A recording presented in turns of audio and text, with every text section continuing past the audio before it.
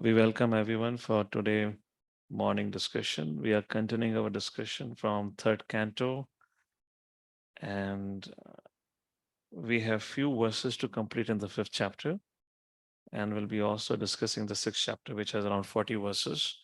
That will be the part of our discussion. Just to do a quick recap of what's happening here, Vidurji Muni meets with Maitreya and he asks questions. And then Vidurji expresses to Maitreya Muni from verse number 10 to verse number 16 of the fifth chapter that my exclusive interest is in Krishna Katha. So, although the subject matter which I've asked, I've heard before about it. Srila Vishnu Chakravarti Thakur writes like that Maitreya Muni told Vidurji, haven't you heard all this thing from Vyasdev already? So, to make a point, Vidurji says, yes, but I would like to hear everything in relation to Krishna Katha like that.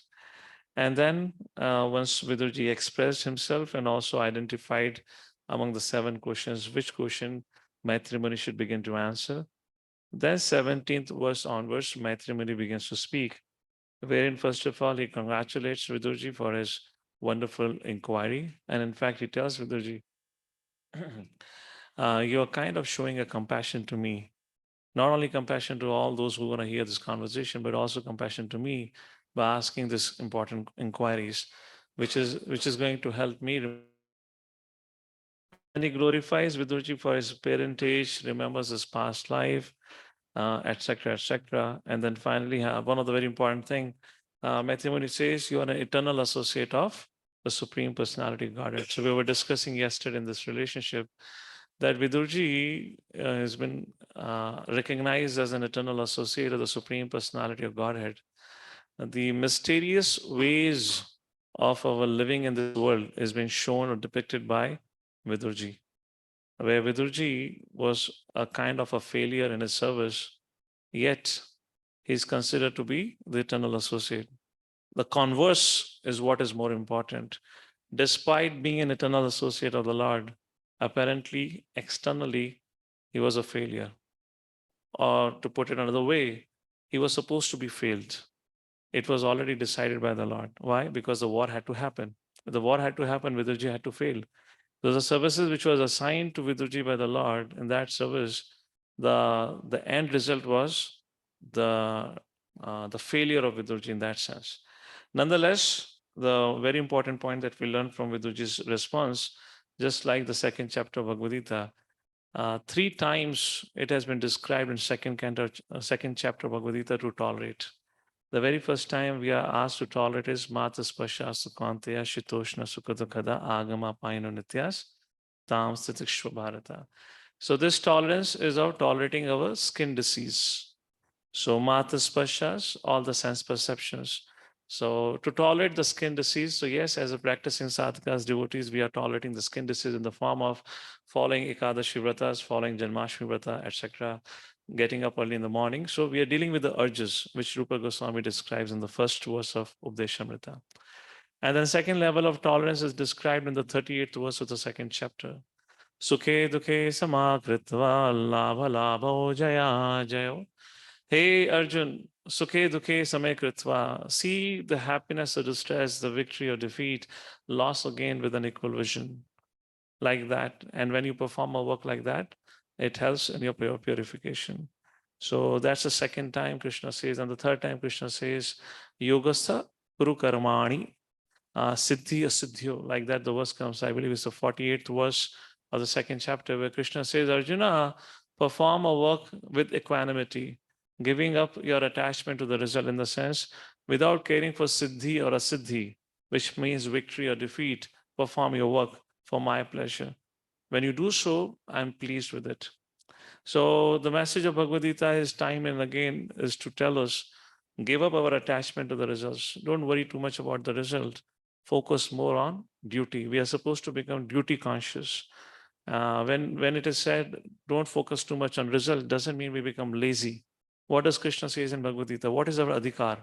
There's only one adhikar we have. Karmana evadi karaste. Only one adhikar we have. That is to perform our duty. We don't have any right to claim the fruit of our work.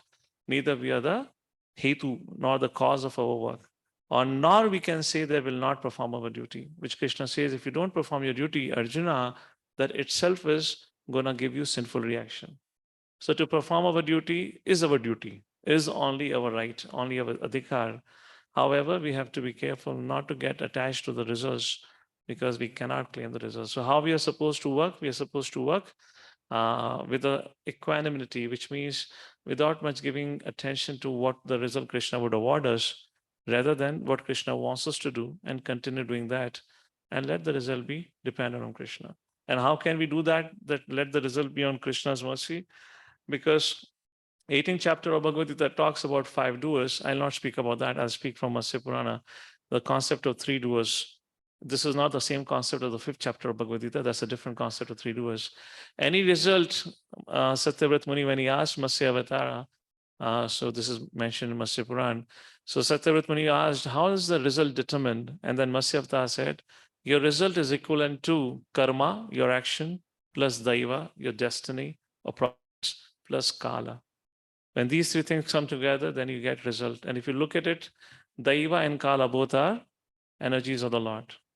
In fact, karma is also the energy of the Lord, because we understand from the 5th chapter of Bhagavad Gita, unless the Paramatma sanctions, the material energy does not get activated. And unless material energy gets activated, we cannot do anything. Nonetheless, at least karma, we are given that free will, that kind of consideration.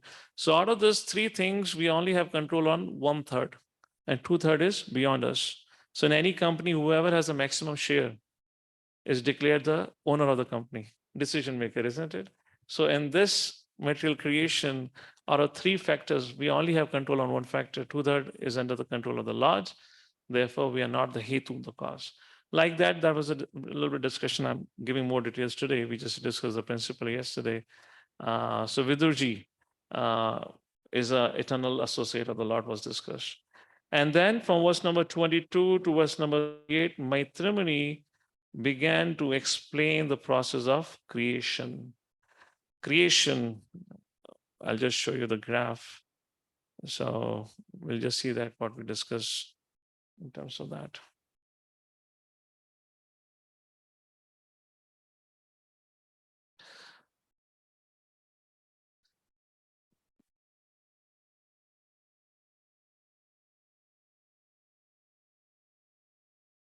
All right, where is this? The chart was somewhere here only. Where did it disappear? Here it is. So this was the large part of our discussion yesterday. How from Mahavishnu's glance, the impregnation of Prakriti happens, and then Pradhan is created. And then when Pradhan is agitated by Kala, then it turns into Mahatattva, Mahatattva and Sattvagun, Mahatattva and Rajagun, Mahatattva and Tamagun, which has different names. Ahankara is born because of the predominant influence of Tamoguna on Pradhan. And then this Ahankar, when it is influenced by goodness, passion, ignorance, further creates Karta, Karana, Karya. Adidev, Adhyatma, Adibhut. Oh, wait a second. Online devotees won't be able to see everything, right? अरे बोलना चाहिए ना भक्तों. मुझे क्या पता, तुम्हें दिखाई नहीं दे रहा. मैं अपना यहाँ लगा पड़ा हूँ भक्तों से बात करने में. क्या आप लोग का कौन सा फेज चल रहा है अभी क्रिएशन का? आप लोगों का कोई रिस्पॉन्स नहीं आया. सो अभी क्रिएशन जाग चुकी है. हाँ, सो आप लोग भी जागते रहिए. It's time for active participation in the creation. Okay. All right. What we were talking about? Yeah. So this was a thing. And then we talked about, as the discussion goes on, the creation of the gross elements from the subtle, and also the creation of the sense devtas. While doing this discussion from verse number 22 to 38, we also saw the discussion of the same subject matter, almost in the similar fashion, in the second canto of Srimad Bhagavatam, 5th chapter. There were two differences. What was being described in the second canto with the 3rd chapter? Anyone remembers? What are the two differences? Is there some social distancing norms? तो ये क्या चल रहा है? ऐसे तुम तो इतना तो सोशल डिस्टेंसिंग नॉर्म्स तब कोविड के समय नहीं थे जितना अभी भी लगा रहा है. सामने आके बैठो ना सारे, इतना सोशल डिस्टेंसिंग करके बैठे हो. मुझे 360 डिग्री में घूमना पड़ रहा है यहाँ पे तुम्हें देखने के लिए. ये 6 लोगों के लिए एक तो इतना बड़ा विशाल रूम ले रखा है. I mean, we need a small setup here. More than you people are online. चलो भाई आ गया. And both of you, come here. तुम्हें वैसे भी धूप में ज्यादा नजर नहीं आएगा. तुम्हारी लैपटॉप अच्छा नजर आएगा तुम्हें जब थोड़ा अंधेरे में आओगे. यहाँ पे क्लास में भक्तों का डिस्ट्रक्शन फेस नजर आ रहा है अभी. जैसे इनकी स्टेट है. Right. What we were talking about prior to this? Yeah, the There are two differences. Yeah, what's the difference you were One saying? difference that I remember is that Lord had to glance on each of these elements Yes. along with the Kala and Sohava, and then it will change Correct, into. correct. That's the One thing difference. which was not mentioned second canto so much exclusively, which is highlighted here. Yes, but what else? Another difference, I don't remember. Anyone remembers what's the second difference between the second canto and the third canto? Is almost similar subject matter, same thing. About demigods, like who are these demigods? Like Yeah, what about demigods? sense devtas, like they are all associates of Supreme Lord who are empowered by the Lord to. Okay, what else? What else? What else? You're close, you're close. You have reached up to Paramatma realization. You have to get a little closer to Bhagwan realization. And the answer is the prayers by the demigods, which was not discussed in the second canto. So what we read here is about the prayers by the devatas. And there's the very first purport was very important, beautiful purport, where both Vishnu Chakravarti Thakur and Srila Prabhupada emphasizes the importance of respecting the devatas. They are not ordinary living entities. And why? Because they offered such an advanced prayers to the Supreme Personality of Godhead.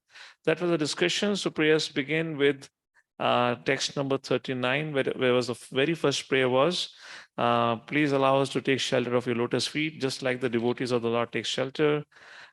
Second, 40th verse, and what happens when you take shelter? In the 39th verse described, you become freed from all misery, which is only possible through bhakti. Text number 40, the second prayer, just allow us to take shelter of your lotus feet, just like the jivas, the living entities take shelter of your lotus feet. And particular thing over here was your lotus, taking shelter of your lotus feet awards knowledge. So Prabhupada makes a point, there's all these empiric philosophers and, studying scriptures in search of the Lord is useless. Rather, take to the bhakti. Text number 41, the third prayer was not only the jivas and devotees, even the Paramhamsa, they also always seek you. And very beautiful point was mentioned. They are carried by the wings of the Vedas and always search after the nest of your lotus-like face, and they take shelter of Mother Ganges. Text number 42, how to take shelter. How to take shelter? By hearing from a bona fide guru. So through hearing, Vrajema Tatangri Saroja Pitham, like that, we can take shelter of the Supreme Personality of Godhead. And text number 43, what is the result of taking shelter of your lotus feet?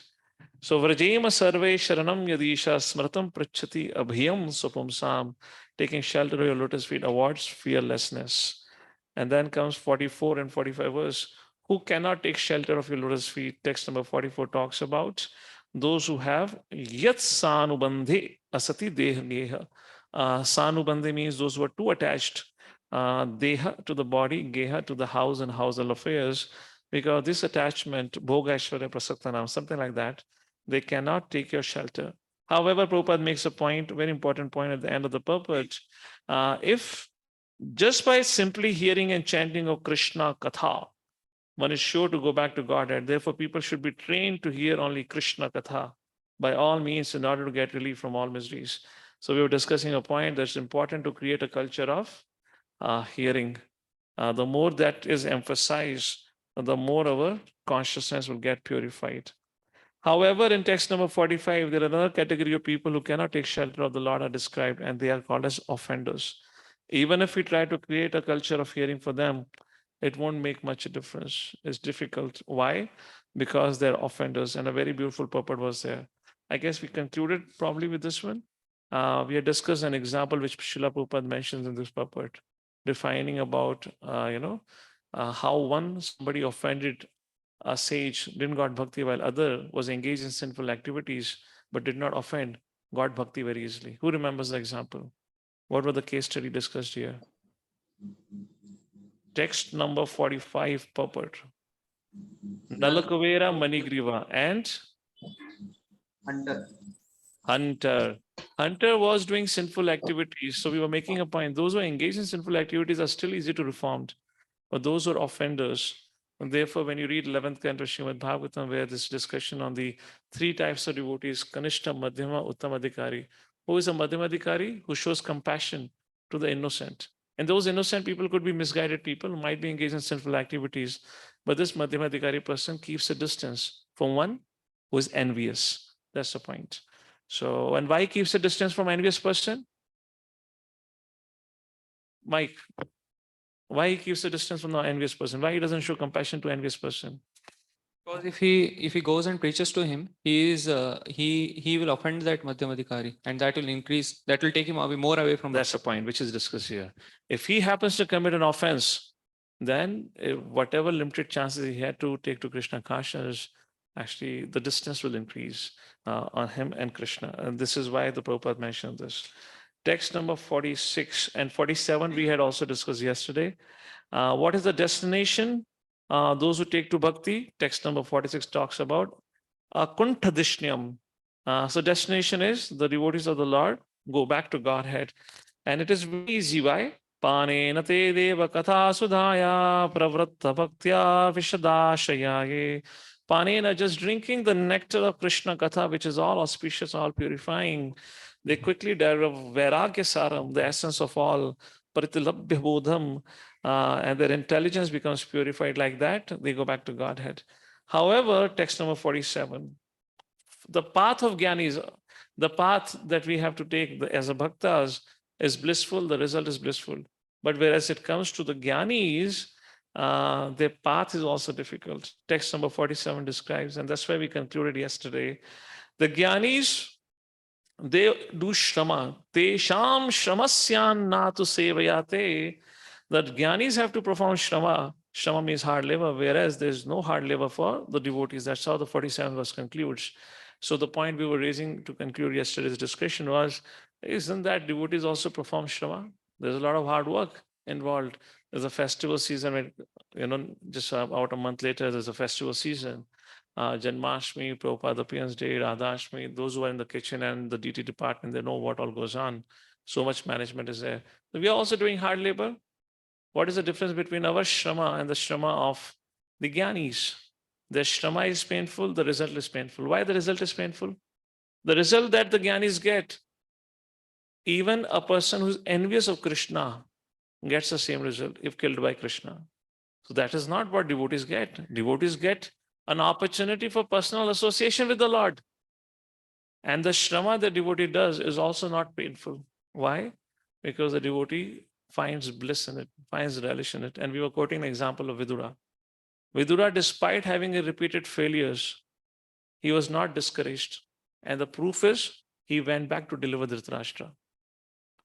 Otherwise, he would not have got, if he was frustrated with his repeated attempts to transform our Dhritarashtra. Now, text number 48 onwards is what we're going to read for today. And then we'll move forward to text chapter number 6. So, where is our Veda base? And we go to Zoom. Anyone has any comments so far what we have discussed? In case anyone has anything they can share or any comments or any clarification. In the meantime, we'll continue ahead. So text number 48, 5th chapter. Now these are the concluding prayers where now they express what they want. What is their desire is being expressed here. Text number 48. Tatte vayam loka shishakshayadya tvaya anushashta tribhir atmabhisma sarve viyukta svavihara tantram na shaknumastat pratihartavete. Very, very important and a beautiful shloka. Please read translation, text number 48. Let's begin with online devotees. Those who are online, anyone would like to read the translation for this? We can read Prabhupada translation first. O original person, we are therefore but yours only.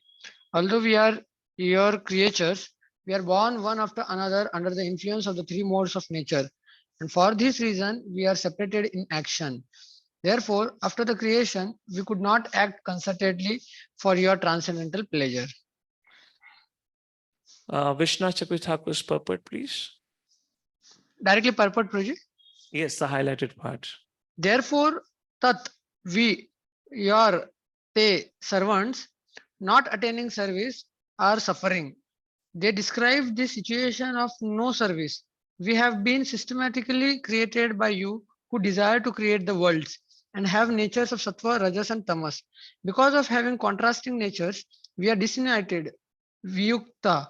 Because of that, we cannot offer you the created universe which is your plaything. Very, very fantastic thing which is mentioned here. The shloka shares the second line 3b. 3b means influence of three modes of material nature. So here they're expressing in one sense their frustration or lamentation, not frustration, lamentation rather. And what they're trying to say here, my dear Lord, we have been created by you to offer this world and the jivas and everything as a service to you for your pleasure by creating them. However, because we are disunited at this point of time, we're not able to render this service. They're disunited. And what is the cause of their disunited? Because we are acting under the different modes of material nature. Srila Prabhupada, one of the concluding lessons or instructions to all the devotees was how you cooperate would show your love for me, right?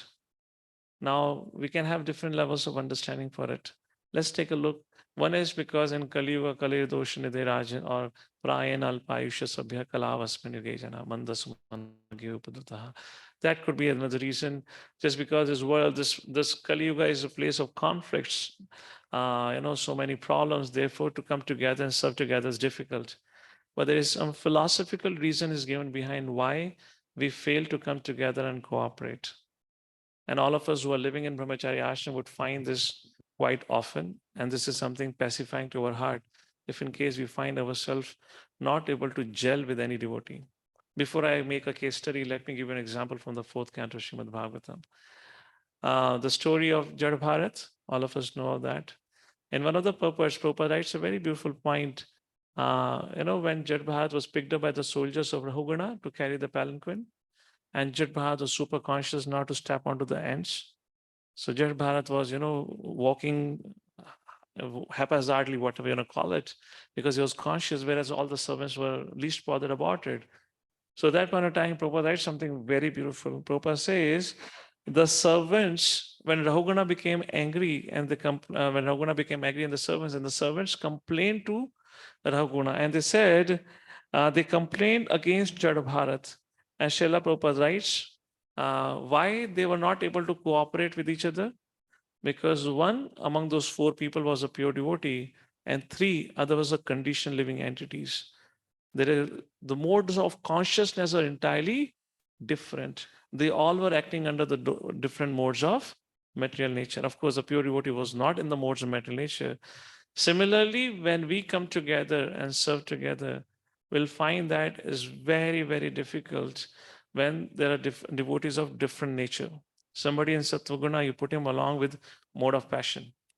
In particularly, when mode of passion person becomes your manager, and mode of goodness person is subordinate. Then mode of goodness person will say, I'm changing ashram. I cannot continue. This is too much. If you understand the modes of material nature thoroughly, so you will understand what I mean by that. But how can we deal with, because we don't know who's going to be a manager, who's going to be a service authority, and is ultimately an organization, and we would be under somebody. Of course, we are all the sevaks of our spiritual master, but we generally deal with the representatives of the representatives of the representative. God know how many generations down the line, representative, dasanudas, like that. So then how do we deal with it? Just historically, as a matter of fact, for all of you, Mahabharata describes something very interesting. And what it describes something very interesting is Kauravas, the 100 brothers, had never had conflict. Very interesting. If anyone is asked to speak about the brotherhood, the friendly relationships between the brothers, the ideal example from the history could only be of Kauravas. There is not even a single incident of the Kauravas. The only time that was at Draupadi's Chiranan, and that was also not the real brother. That was a son of a maidservant. So that is 101 son, not the 100 sons, if you remember. Okay. So 100 sons never had it. Now you take a case of Pandavas, so much conflict. You read in the first canto only Ashwathama, marna hai, chhodna hai. Bhim and Draupadi are about to have a head-on collision, and poor Arjuna is in between what to do. Yudhishthira is by the side of Draupadi, Krishna is by the side of Bhima, and things are going on haywire. Duryodhan should be protected, saved from the hands of Gandharvas. Bhimsen said, "Acha hua, kutta mara gaya." I mean, in Hindi bhasha, if you say the rascal dumb like that, he said, "Acha hua, that rascal got killed."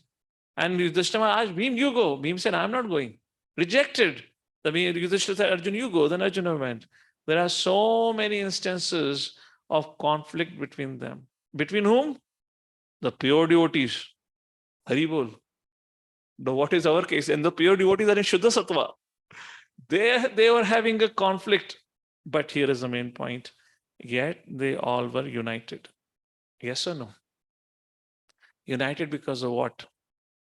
Just like for this creation, Krishna, through his cohesive force, united all the elements. Similarly, Krishna, when in any relationship, when Krishna is present, Krishna also represents that cohesive force by which this creation existed or gave into manifestation. Similarly, as long as any relationship is centered around Krishna, Krishna ensures, Krishna acts as a lubricant, makes sure all the frictions become smooth, and the devotees continue to move on with their services. And in any relationship, if it is not centered to Krishna, then it will be Mahabharata. It will be like Pandavas versus Kauravas. I let you decide who is Pandava Kaurava here. That is beyond us to decide who is he, but that's what happens. Because in Pandavas and Kauravas, among Pandavas there was Krishna, but between Pandavas and Kauravas, Krishna wasn't there because Kauravas rejected to accept Krishna's proposal. There was no Krishna. Otherwise, Krishna had tried to act as a cohesive force by offering a proposal that let Pandavas have 5 villages, which Kauravas did not accept. And that is a point which is highlighted here. Tribhir. So they prayed like this, united. So let's say what happens next. Text number 49. Then they express their desire. What is their desire? Yavad balante jaharama kale yatha vayam chanamadam yatra yato bhayesham taimehi loka balim bharanto anam adanti anuha. So there are 4 kinds of prayers are made for 4 activities actually. Please read out Prabhupada's translation.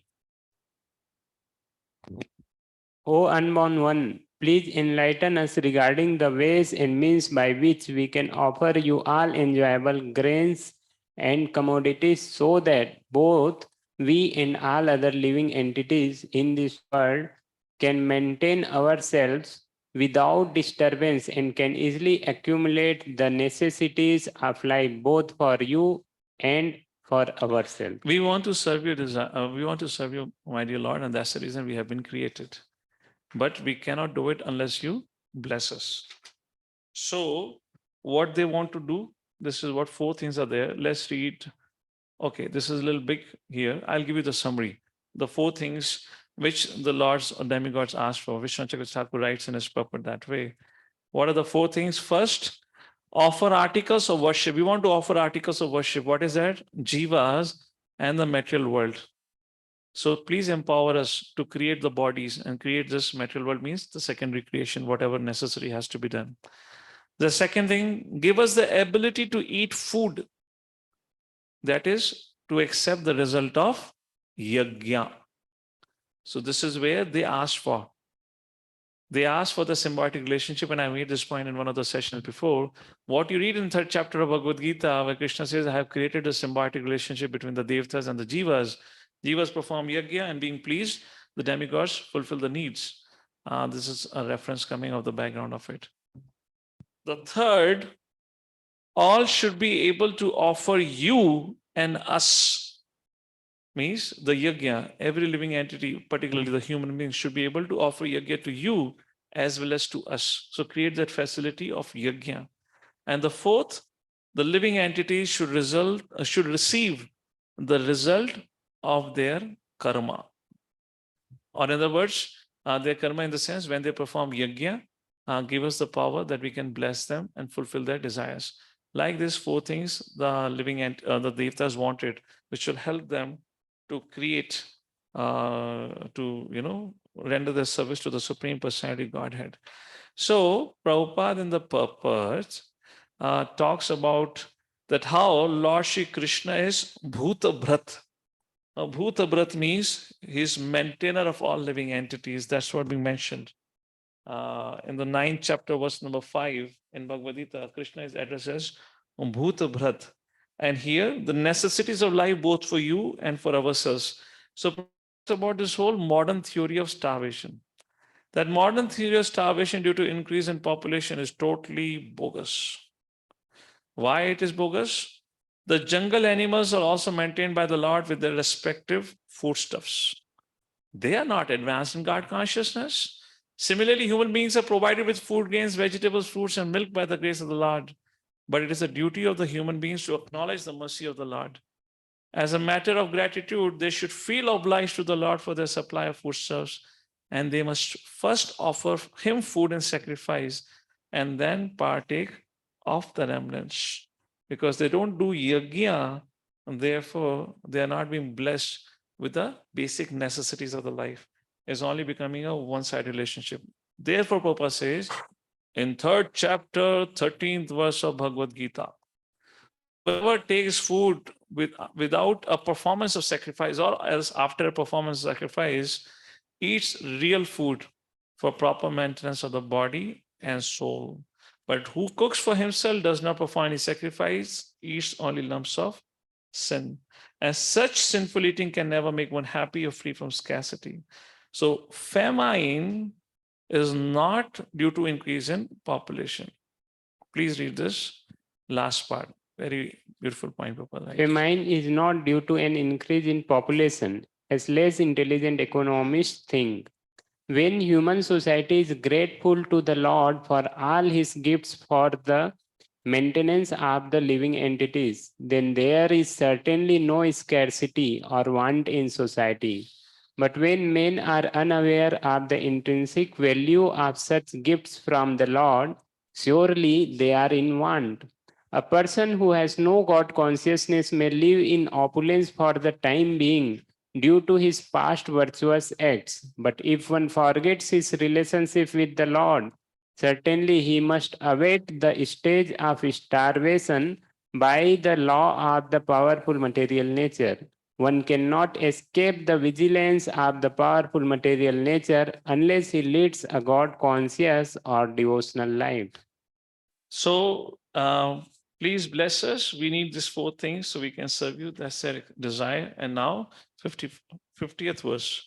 They declare, you are the Adi Purush, you are the Supreme Personality, and we are your servant. In other words, this prayer declares the eternal relationship between the Lord and the living entities. Tvam na suranam asisan vayanam kutastha adya purusha purana. We'll chant a little louder. So those who are a little bit dozing off, they'll also get re-energized. Huh? No problem. We'll be a little louder. Chanting helps. Tvamna surana masisan vayana कूटस्थ आद्या पुरुष पुराणा एव शक्त्यां गुणकर्म योन्यो रेतस्तुजायां कविमादधे च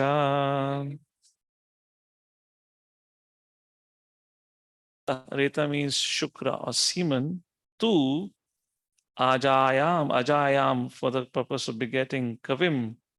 Adhadhe Ajaha, one who is unborn. So Adhadhe means initiated.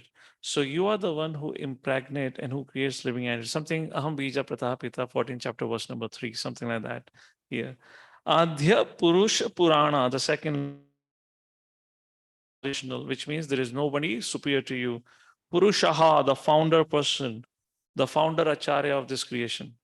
Purushaha, Purana, the oldest, like that has been described. You are our father and we are your servant. Tvam deva shaktyam gunakarma yonyo. Tvam deva, O Lord, is all your energies by which all these different species, bodies, etc. are created. Please read out the translation. You are the original personal founder of all the demigods and the orders of different gradations. Yet you are the oldest and are unchanged. O Lord, you are no source or superior. You are impregnated the external energy with the semen of the total living entities, yet you are unborn. So Srila Prabhupada in the puppet, okay, this is we have discussed.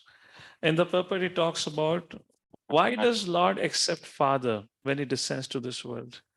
So very first thing Prabhupada writes in the first paragraph, he says, I mean, the Lord is the Purushaha Puranaha Adya. Then why does he need to accept a father? He's the father of all. So Srila Prabhupada writes two things. First, to keep accordance with the laws of nature. Like in third chapter of Bhagavad Gita, you will read where Krishna Arjuna Samvad is going on, where Krishna says, even I follow the rules and regulation. Why?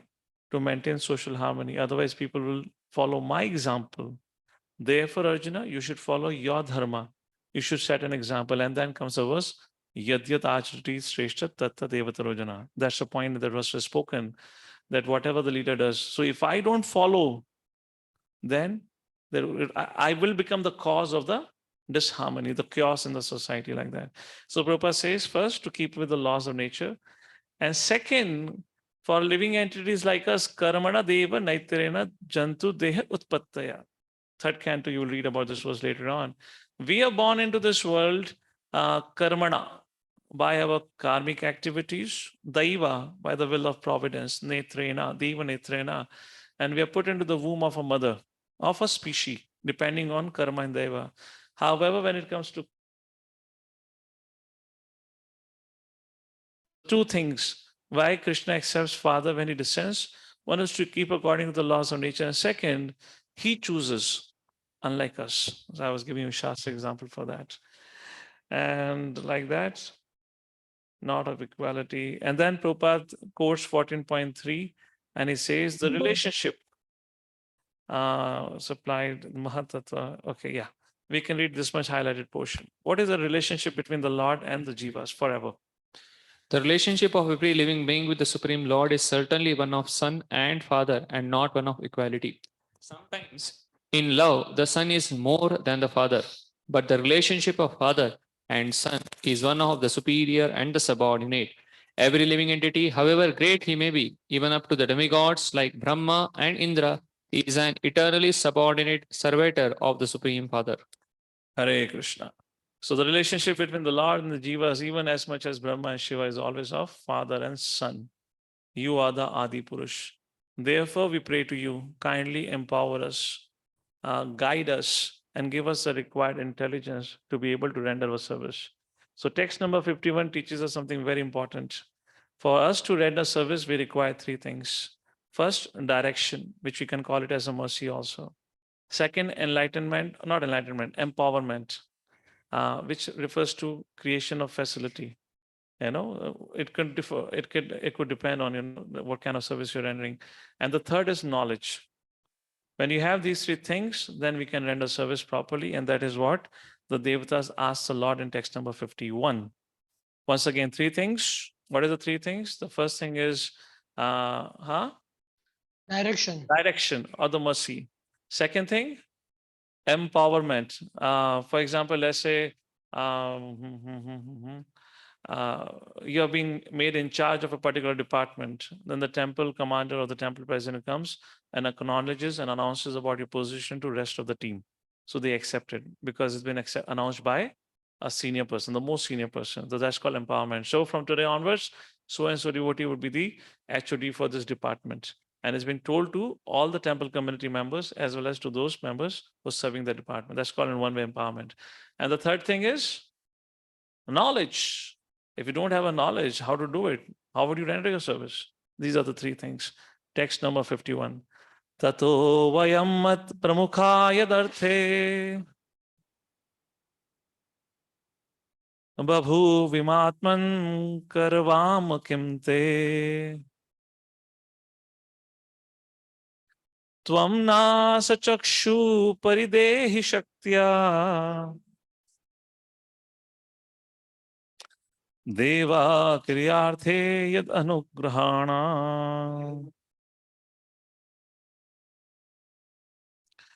tato vayam mat pramukta.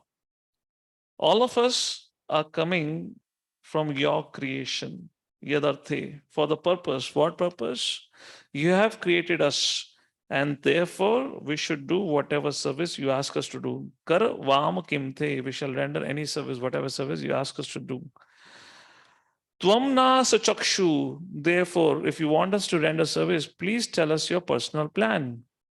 Paridehi, please grant us shaktya, the potency to work. And then Deva Kriya Arthe Yad Anugrahanam. We are specifically looking forward for this mercy so that we can fulfill the purpose of our creation. Please read the translation. O Supreme Self, please give us who are created in the beginning from the Mahatattva, the total cosmic energy. Your kind directions on how well. That's the first thing. First, give us the directions. Next. Your kind directions on how we shall act. Kindly award us your perfect knowledge. That's the second thing. Give us the perfect knowledge. And third. And potency so that we can render you service. Which means Shaktiya, which means empowerment. Continue. In the different departments of subsequent creation. Please read out Vishnu Chakravarti Thakur's translation. O Supreme Soul, give us, aided by Mahatattva, who have arisen for action the order of what to do. O Lord, give to us who need your mercy to act, your knowledge and power for carrying out your desired action. O Lord, how are we the elements headed by Mahatattva, Mat Pramukha, to All carry right, out? this is fine. I have explained the prayers construction. This is called as Krama. This is explained by Jiva Goswami Krama Sandarbha. Fine. Prabhupada purport. First thing Prabhupada writes in the purport, there are two plans for this world. What are the two plans? The first plan is to give the conditioned souls who so desire a chance to enjoy sense gratification. And then Prabhupada writes, but there is another plan behind the creation, to help the living entities realize that they are created for the transcendental sense gratification of the Lord and not for their individual sense gratification, like that.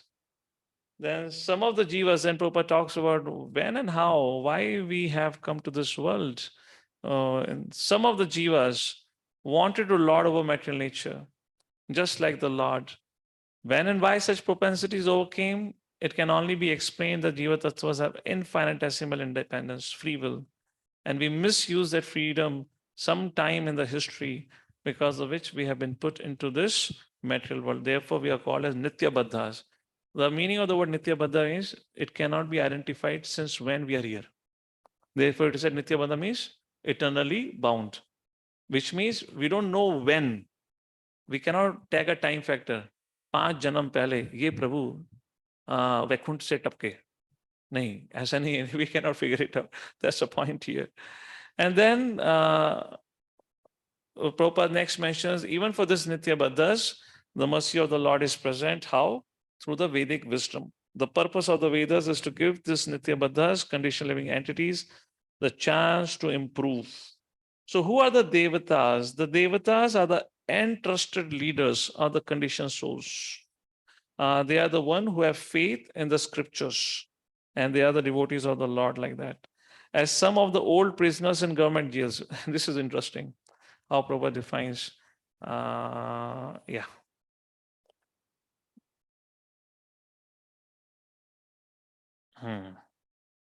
Okay, up to here. We can read out this much, please. Any devotee online would like to read the highlighted portion from Prabhupada's purport? How Prabhupada defines who are demigods? The demigods are entrusted leaders of the conditioned souls. As some of the old prisoners in government jails are entrusted with some responsible work of prison management, so the demigods are improved conditioned souls, acting as representatives of the Lord in the material creation. So they are our elder brothers. Probably they came before than us. No, I'm just joking, not like that. But Prabhupada is saying they are the old prisoners in the government jail, something like that. What Prabhupada is meaning also, right? They got a little bit rectified, and now they have become a confidential servitors of the Lord. Continue. Such demigods are devotees of the Lord in the material world, and when completely free from all material desire to lord it over the material energy, they become pure devotees and have no desire but to serve the Lord. Therefore, any living entity who desires a position in the material world may desire so in the service of the Lord, and may seek power and intelligence from the Lord, as exemplified by the demigods in this book. So, if any one of you like material world too much, no problem, you can stay here. But you should have a desire to stay in this material world to render service to the Lord. Then it's okay. But if not, then you're going to suffer. That's what you want. Any living entity who desires a position in this world may desire in the service of the Lord, like that. Anyways, that's a point discussed here. And finally, the demigods are entrusted by the Lord to create different species of life. According to passage, they are therefore here asking the favor of the Lord for the intelligence and power to carry out. So Prabhupada makes a point. Similarly, a sadhaka, a conditioned soul, can get engagement in the service of the Lord under the guidance of an expert spiritual master, and thus gradually become freed from the entanglement of material existence. Why? Because spiritual master is called as Chaitya Guru, the external manifestation of the Paramatma. Chapter number 11, Bhagavad Gita, verse number 44, 45, 46, if I am correct. There is a famous verse from the chapter Universal Form, Nimittamatram Bhavasavesachi. All of you would have read this part of Bhakti Shastra syllabus, isn't it? Nimittamatram Bhavasavesachi. Krishna says, Arjuna, become the instrument of my grace. So, how is Nimittamatram Bhavasavesachi is practical for us? How do we become the instrument of Krishna's grace? Who knows the answer? Any attempts?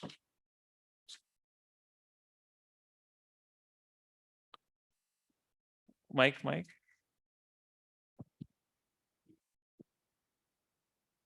By accessing his mercy and distributing his mercy to others, other living entities. Okay. What Srila Prabhupada writes in that purport and the next purport, very beautiful and very important point. Nimittara matram bhava sachi, become an instrument of my grace. So how can we become an instrument of Krishna's grace when we don't have direct access to Krishna? Srila Prabhupada writes, spiritual master is a direct representative of the Lord. Following the instructions of spiritual master means nimitta matram bhavasavesachi. And the same concept is being discussed here as you read here. That's the reason I was quoting this verse. You can mark this, you can read it for yourself in case you don't remember. 11th chapter, I believe 44th or 45th verse. The shloka where it says nimitta matram bhavasavesachi, in that purport and the next purport.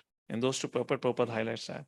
So with that, the prayers ends and we come to the conclusion of the 5th chapter. Now the 6th chapter begins. The 6th chapter.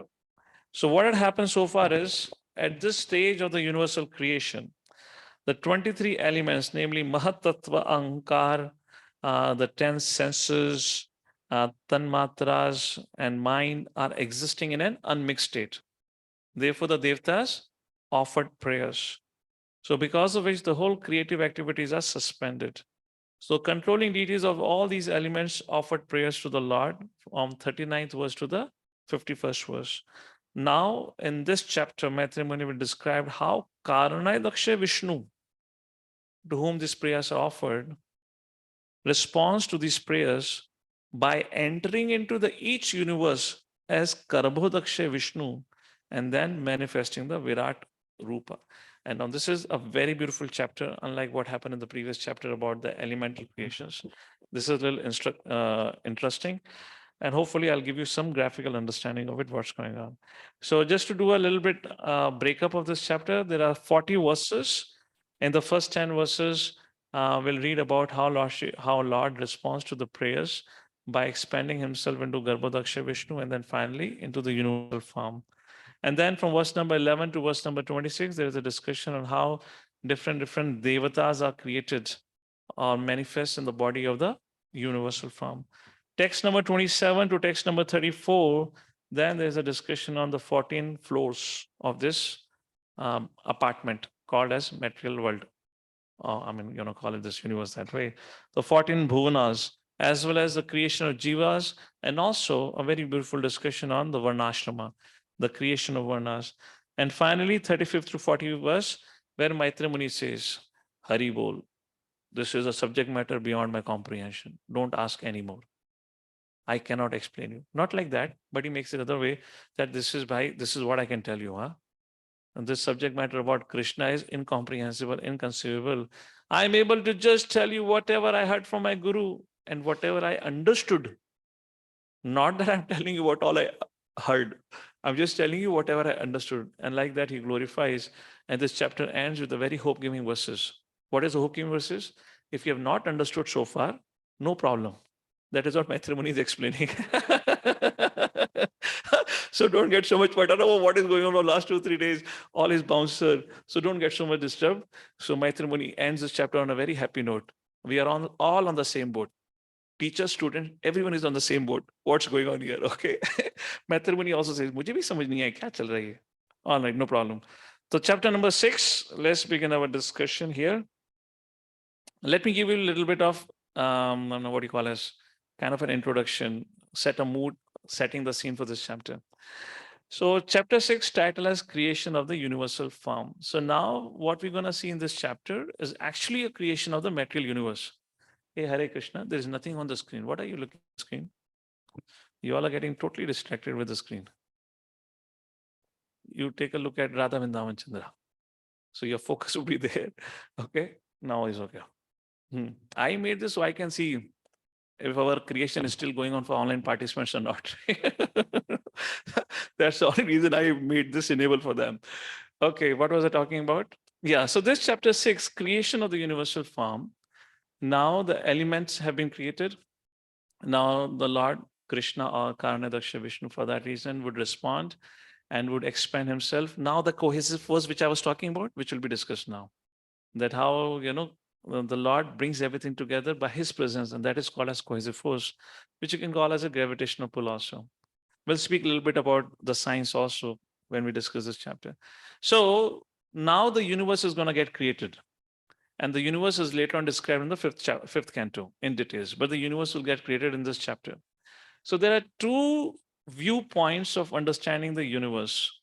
One is the atheistic modern scientific viewpoint of understanding the universe. Other is this Vedic viewpoint. The atheistic modern scientific viewpoint, or modern or the whatever, from last 2,500 years, they're talking about since the Pluto started this, how the whole universe revolves around Earth, the geocentric, and then later on became from what is his name, Copernicus, 16th century, it became the geocentric, right?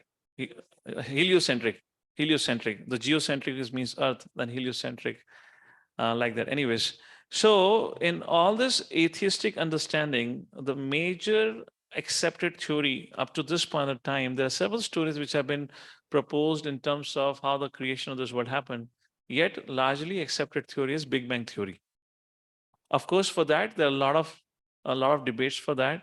But if any theory makes sense, still, is a Big Bang theory, because Big Bang theory works well with the Newton's relativity theory. You know, the proposition that Big Bang had. So let me just give you a little bit of scientific background here. Big Bang theory works on two proposals or two propositions. This is not exactly how it was proposed, but it was redefined somewhere around 70, 80 years before. So how Big Bang theory now in today's time function? All of us know Big Bang theory means at one point of time in the history, there was an explosion. No, that's not what they said today for the last 60, 70 years. And this was, I believe, last reformed in 1950 or 55. They say Big Bang theory now works on a model that at one point of time in the history, which nobody knows what time, which cannot be calculated, this explosion did not happen at one place. This explosion occurred all over the universe simultaneously. And that's how the whole universe came into existence. And then for an amount of time, this place, because of explosion happened, then there was no matter. Something like that, a complicated thing goes on. So now they say there was an explosion, not one explosion, there were n number of explosions which happened all over the universe. First thing. A second thing is based on the theory of relativity, which means this world goes on expanding, and which have been proven by the Hubble telescope. The scientist Hubble, he also proved it through his theorems that actually the universe is expanding. And the understanding of it as of now is the universe is expanding in all the directions uniformly. And now we'll see Prabhupada's purpose with this little background. I wanted to give you a little scientific background. Okay. Now, what we're going to see here is the Vedic viewpoint. And the Vedic viewpoint is there is a Virat Roop. And this Virat Roop, as you read in the second canto, first chapter, how the different planetary systems represent different limbs of the Virat Roop. Something discussion would happen here also. So Prabhupada makes a very, very simple and profound statement.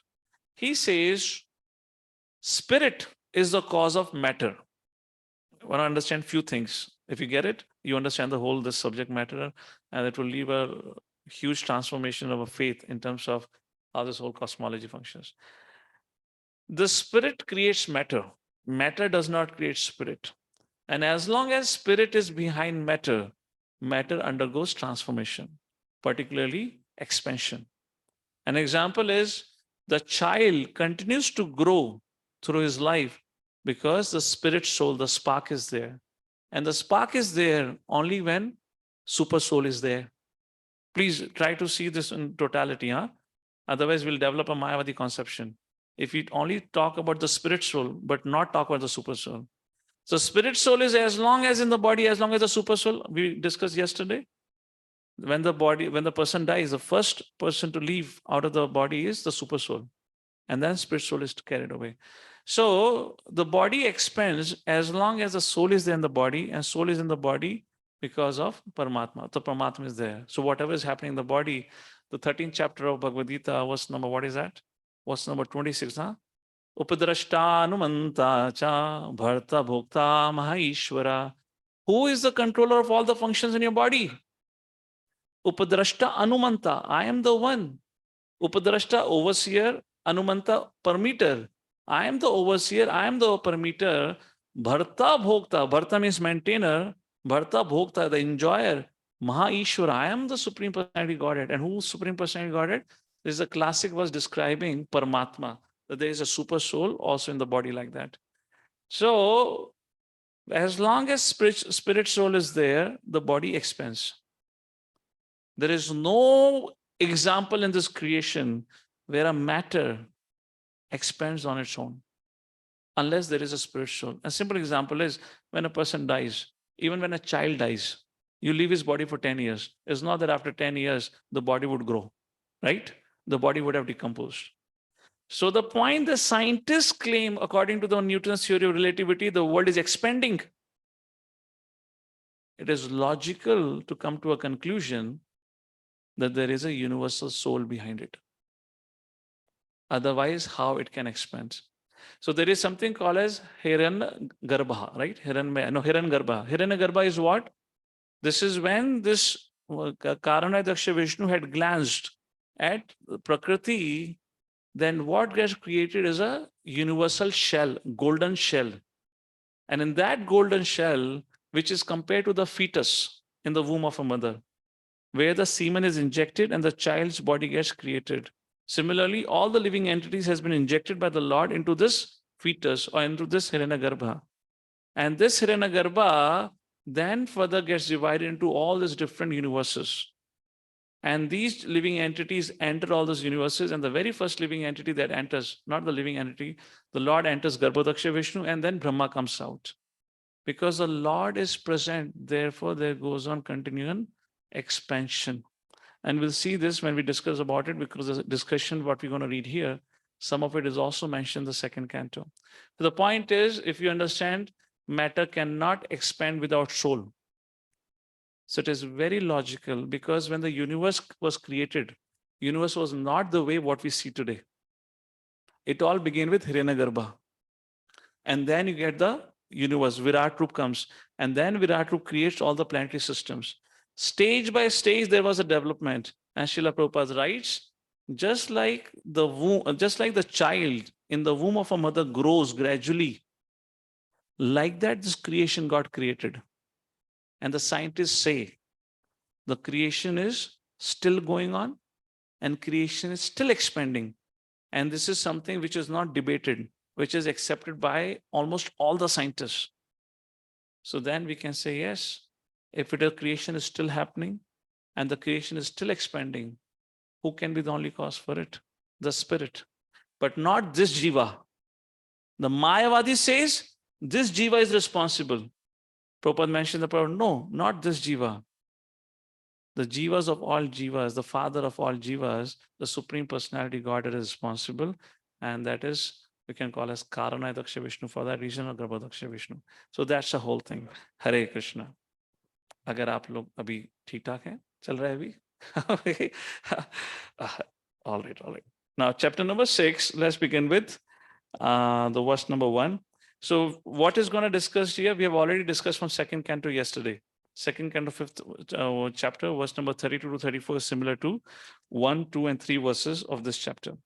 Rishi Vacha iti. Okay, I need to share Vedabase, right? Or online Bhaktagana. Iti tasansa shaktinam satinam asametyasa prasupta lokatantranam निशाम्या गतमीश्वरः. तो हमारे प्रभु ने क्या किया वो बताया गया है. पढ़िए विश्वनाथ चक्रवर्ती ठाकुर की ट्रांसलेशन. ओहो, you're getting Vrindavan darshan. All right, we'll get you this Bhumandal darshan now. Chalo. Maitreya said, Maitreya, you sounded like mantra. Maitreya said, seeing the sleeping state in creating the universe because the elements were unmixed, the Lord first by his energy of cohesion appearing through time, and they as Antaryami entered the 23 elements simultaneously. So now Lord have entered all these 23 elements, and through the power of cohesion, which is also appearing through time, the Kal factor, through that, appearing through time with time factor. Now, through that cohesion means bringing together. Favicol, like that, cohesion. Then Krishna brings all of them together as being described here, like that. So in the second canto, well, okay, let's read through, then I'll give you the whole background here, what's going on. So one thing to be noted here, when you read this discussion in the second canto, 5th chapter, it is mentioned by Vishnu Chakravarti Thakur, it is mentioned hierarchically, what happens step by step. But here it is not mentioned that way. It's not that this happened and that happened. It is a little bit not in order here, what we're going to read. Up to now is okay, but now it is not much in order. Then I'll explain you if needs to be. Let's go to, text number 2, which says that how everything depends on the Lord. Kala sagnyam tada devim bibrashaktim rukramaha trayo vimshati tatvanam Trayavimshati means 23 Tattvanam. Ganam Yugapad Avisa. Please read translation. The supreme powerful Lord then simultaneously entered into the 23 element with the goddess Kali, his external energy, who alone amalgamates all the different elements. So, something interesting here. Please read out up to called Kali.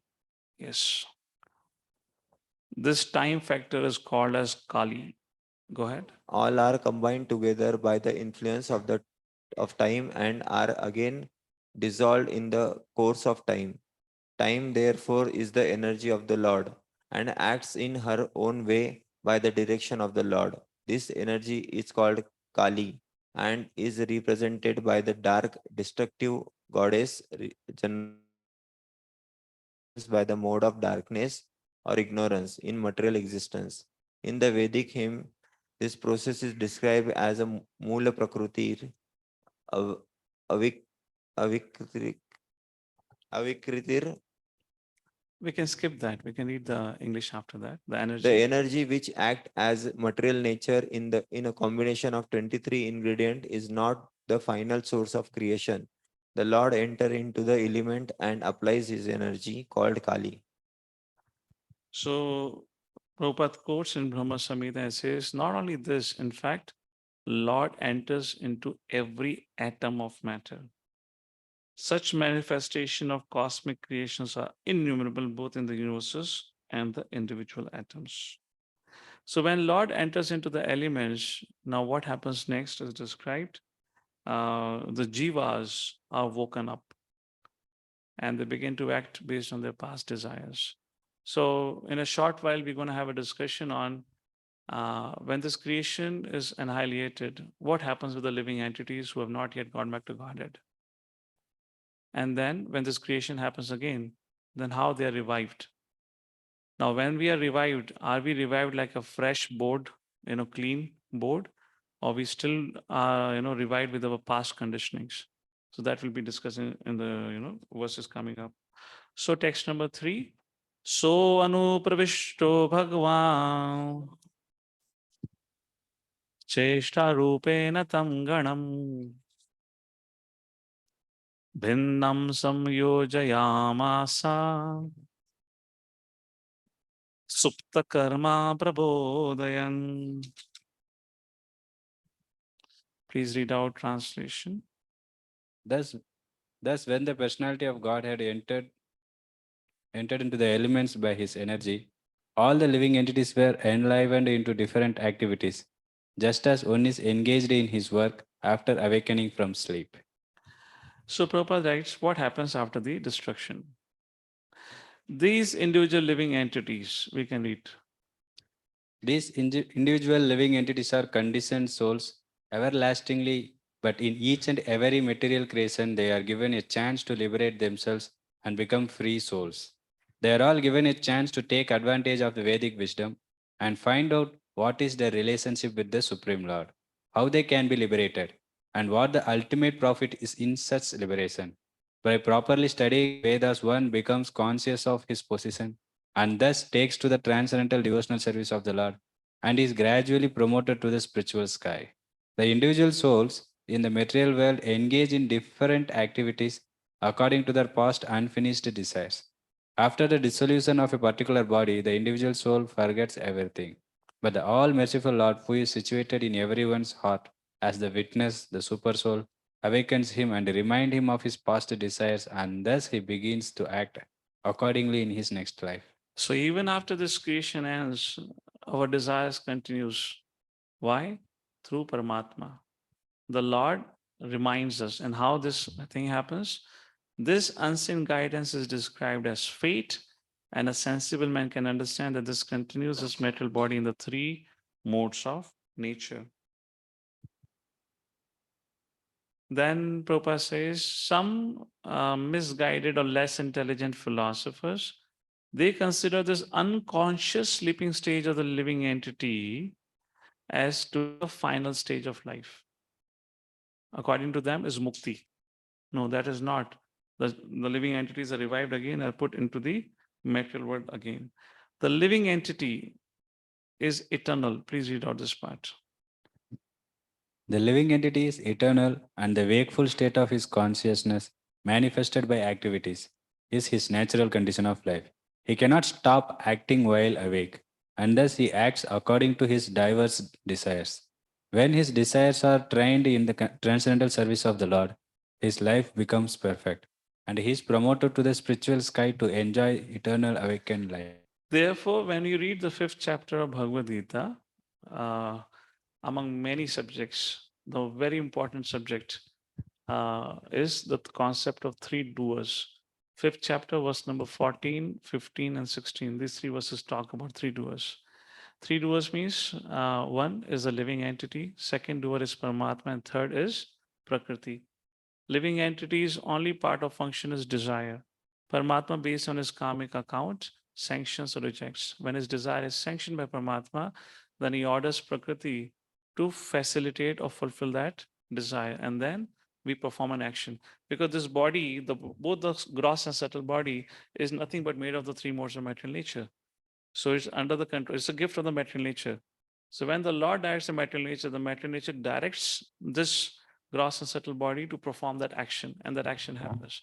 So the point I'm trying to make here, just like Prabhupada makes a point at the end of the purport, he cannot stop acting while awake. Karmatmakam buddhi. We are conditioned to act.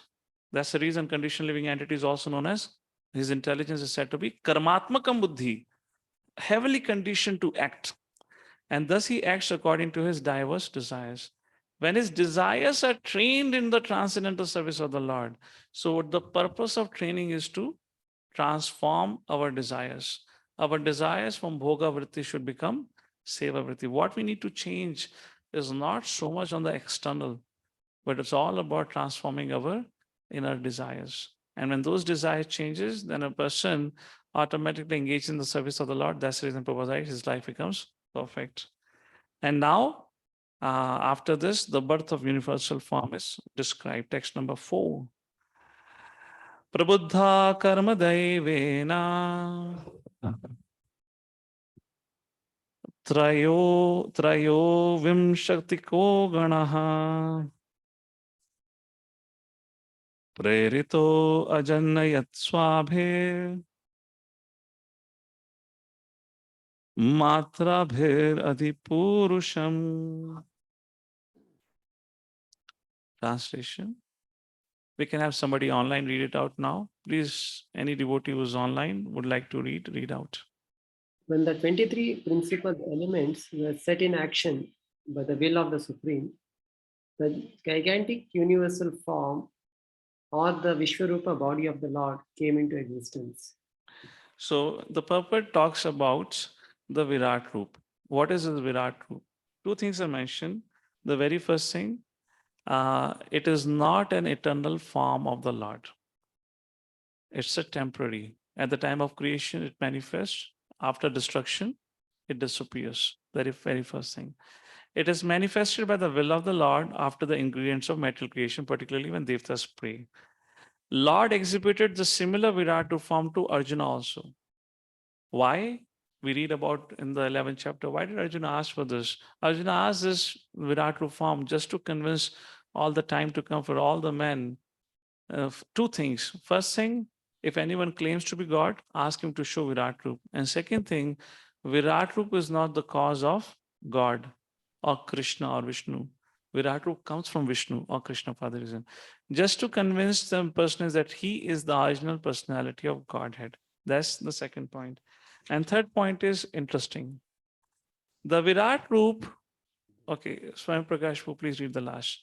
Here Prabhupada mentions Virat Roop form is a material form. So does the Arch Vigraha form also, which the Lord have accepted for the sake of particular service to be done. Please read out. The Virata Rupa is not, therefore, an eternal form of the Lord exhibited in the spiritual sky. It is a material manifestation of the Lord. The Archa Vigraha, or the worshipable deity in the temple, is a similar manifestation of the Lord for the neophytes.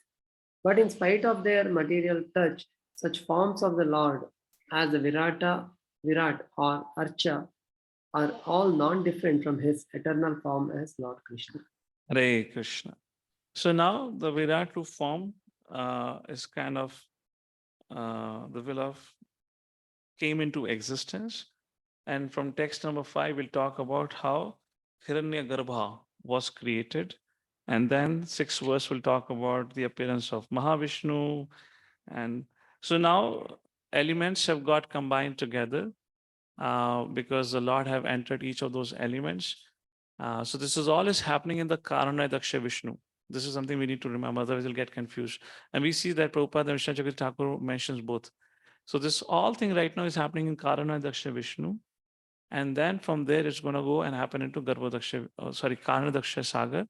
And then after this will enter, things will happen in Garbhodak Sagar.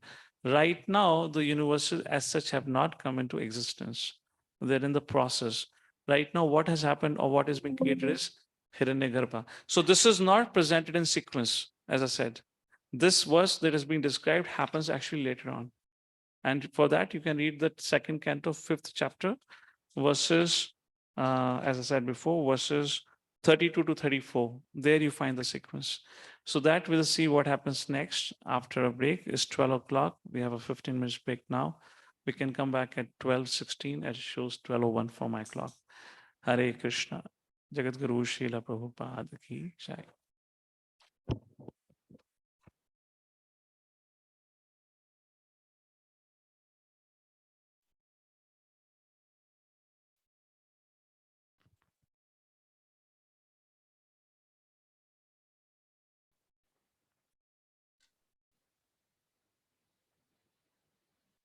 Come back. That sound cannot be muted. Our whole every session starts with a welcome message from Mataji. Our every session starts with a welcome message of Mataji. She's always there welcoming the recorded started. Okay.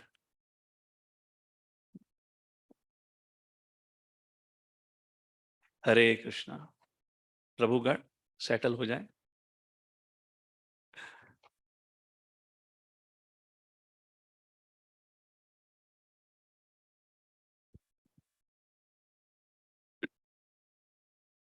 Okay. So we just completed 4th verse. First text talked about what did the Lord do. Text number 2 talks about how Lord entered. 2 and 3 talks about how Lord entered into every element. And text 4 talks about the birth of universal form. Text number 5. Parena vishata swasmin matraya vishwasraganaha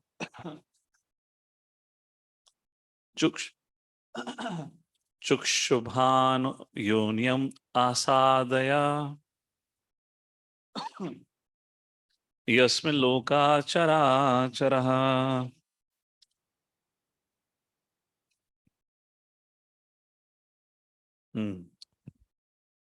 Please read out Vishnu Chakravarti Thakur's translation.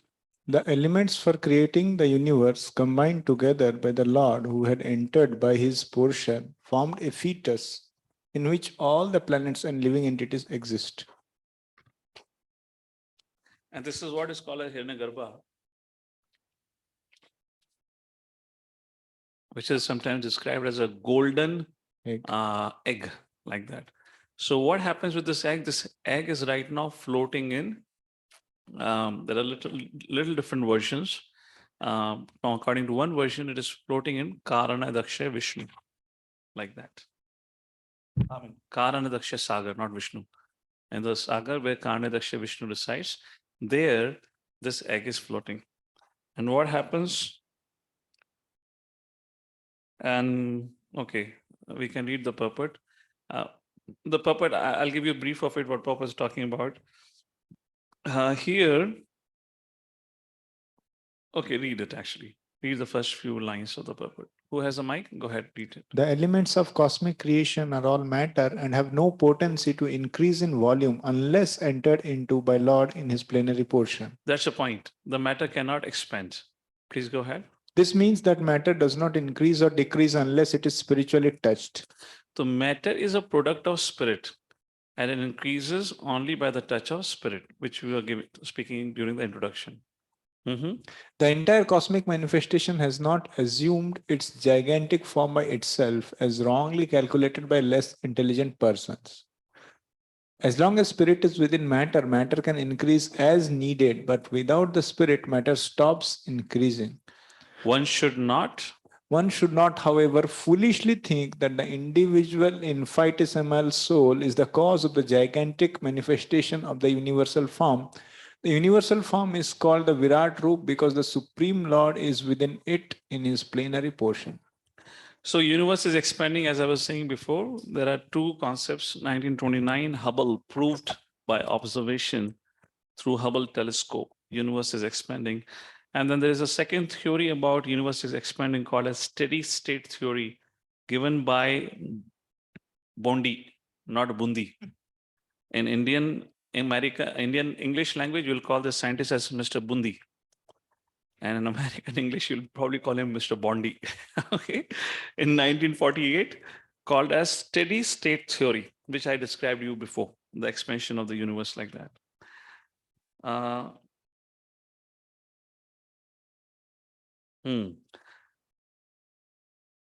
What we can do if I can manage it? How can I manage it? Yes. I'll just give you the shloka. You can refer it later on. So text number 6 is almost equivalent to Canto 2nd, 34 is on the same line as going on. We'll focus here. We'll not go to second canto today. Hiranmay sapurushaha sahasra parivassaram andakosha uvashapshu sarvasattvopabhramitaha. So this is called as Hiranmay. Yeah, go ahead. Read the translation.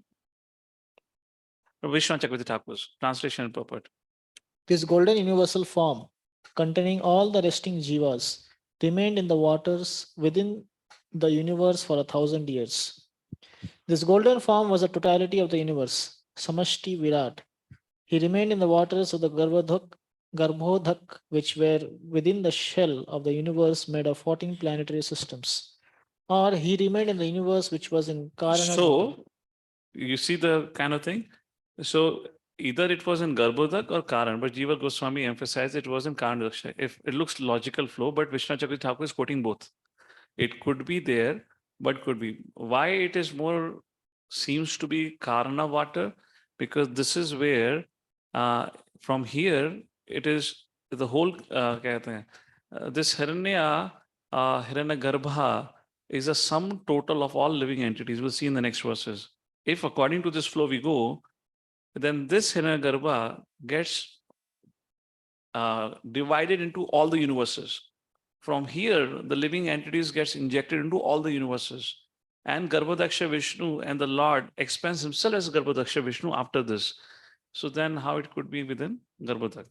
But both the points are mentioned nonetheless. Fine, go ahead. He was filled with jivas who were resting like that. So, purport. Let's use Prabhupada's purport, first few lines. Prabhupada says about Garbhodak saga like that.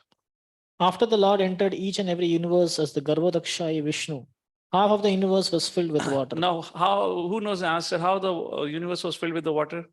Sweat. How many of you believe that was a sweat of Garbhodaksha Vishnu?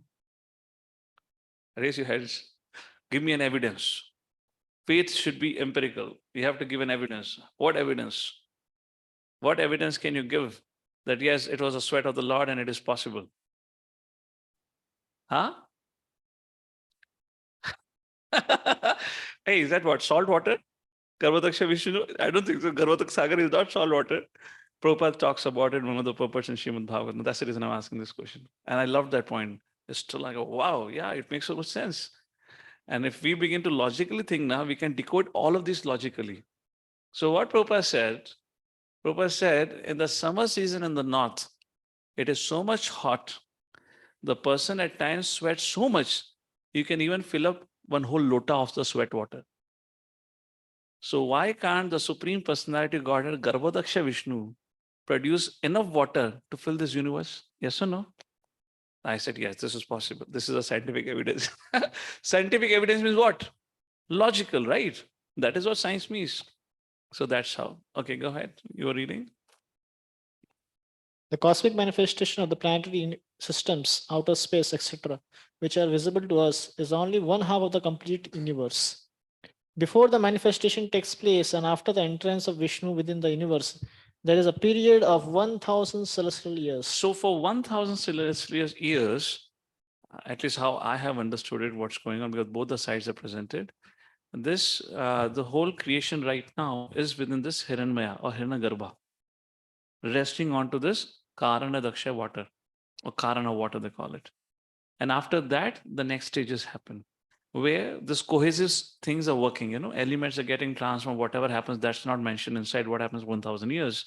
But this is the 1000 years break. So remember yesterday we were reading second canto, 5th chapter, we read about it. When this creation happens, and after that, before the Garbhodaksha or before the Brahmaji takes birth and all that, there is a 1000 years of gap. But there it was not mentioned where that 1000 years of gap taking place. Here it is mentioned, Hiranyagarbha is mentioned here, not in the second canto. Hiranyagarbha is mentioned here, and it seems like it's in the Karana ocean, and there is this universal shell, and where it stayed there for 1000 years. 1000 years, maybe celestial, I don't know, maybe celestial. Yeah, celestial years is mentioned here, right? Like that. Continue.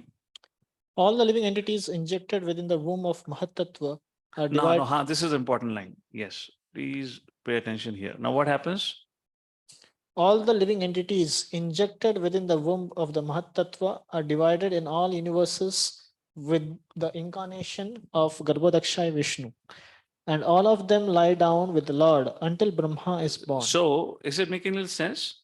So, let's revise it. Karana Daksha Vishnu gives a glance to the Prakriti, creates Pradhan. From Pradhan, with interaction with the modes and with time factor, comes Mahatattva, Shukra Tattva, and Ahankar, and all that we discussed. And from what is created from there, sense devtas prayed. And after sense devtas prayed, what is created next is Hiranyagarbha. And in that Hiranyagarbha, the Lord's cohesive energy is functioning, which is bringing all the living entities, not all the elements together. And all the living entities are also injected into it because that injection happened long ago. So that is called as Hiranyagarbha. And if you read this line now, what happens after 1000 years? All the living entities injected within the womb of the Mahatattva, which is right now the Hiranyagarbha, all of this together, are divided in all universes with the incarnation of Garbhodaksha Vishnu, which means apparently now from here, Karana Daksha Vishnu expands himself as Garbhodaksha Vishnu, and the distribution of masses takes place into all the n number of universes that's there. And there Garbhodaksha Vishnu enters, then he lies there. For how long, we don't know. If in case time is mentioned, we'll see. And then when the Brahmaji is born, and it is the same thing that happens in all the universes, when Brahmaji is born, then the secondary creation begins. Is that making sense? And this is what it looks like based on Vishnu Chakravarti Thakur's purport and Srila Prabhupada's purport. So I hope you have at least some, at least in your mind, some image of how things are happening step by step. Continue. Brahma is the first living being. That's okay. Brahma is the first. Manu- That is, no, that's okay. Let's go ahead. So we'll read about that Brahma later on. Text number 7. Sa vai Vishwasrajam Garbho Deva Karmatma Shaktima Vibhabhajat Vibhabha Aj Atmanatmanam Ekadha Dashadha Tridha. Now this whole thing gets divided into 1, 3 and 10. And that is called Nitai Gaur Haribol. अब ये 1, 3, 10 क्या है उसको समझने में थोड़ा समय लगेगा. We'll try. Please read the translation in the meantime. No, read Vishnu Chakravarti Thakur. That makes it a little more easier.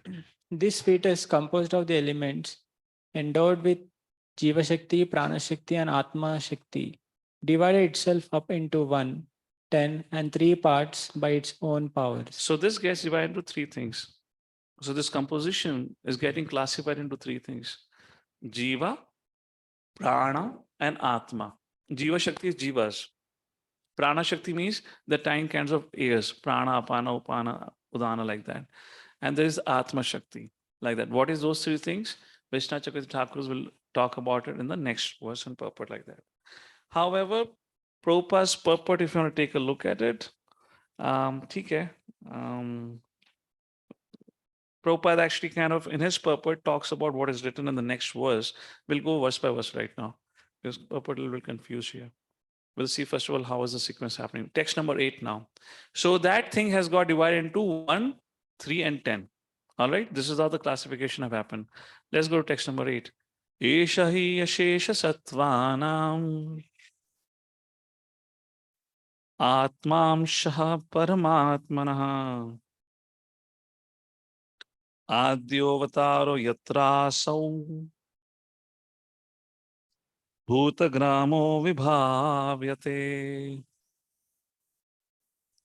So Esha hi ashesha sattvanam, there are unlimited living entities.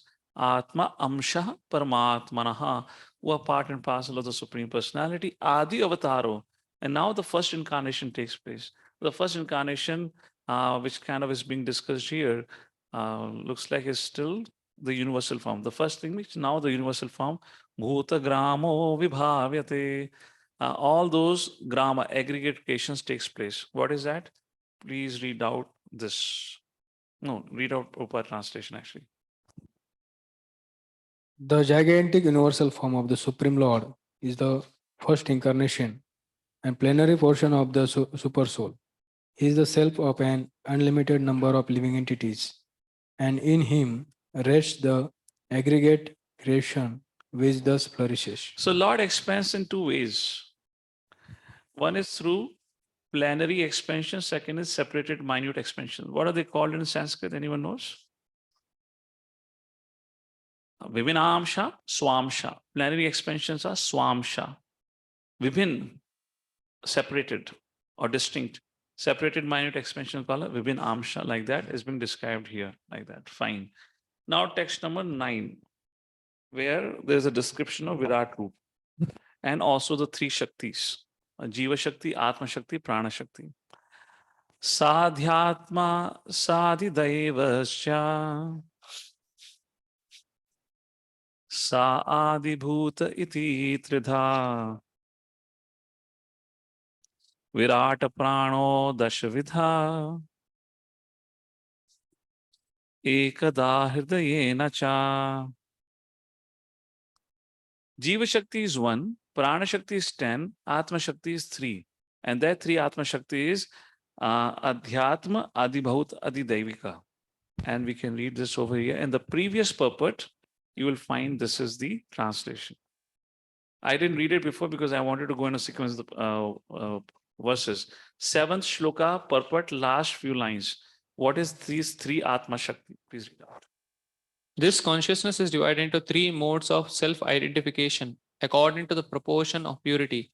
Adhyatmika or self-identification to the body and mind, Adibhautika or self-identification to the material products, and Adidevika or self-identification as servant of the Lord. Of the 3, Adidevika, self-identification is the beginning of purity of consciousness in persons of the desire of the Lord. All right. Now we'll read the translation of Vishwanath Chakravarti Thakur and his purport. Text number 9, where these 3 Shaktis were described, right? Text number 9, translation by Vishwanath Chakravarti Thakur. Please read out. The 3 Atma Shaktis are the senses, sense devatas, and gross organs along with sense objects. So gross organs are your adibhuta, according to with the body and the mind. Okay, I don't want to make it complicated. Continue reading.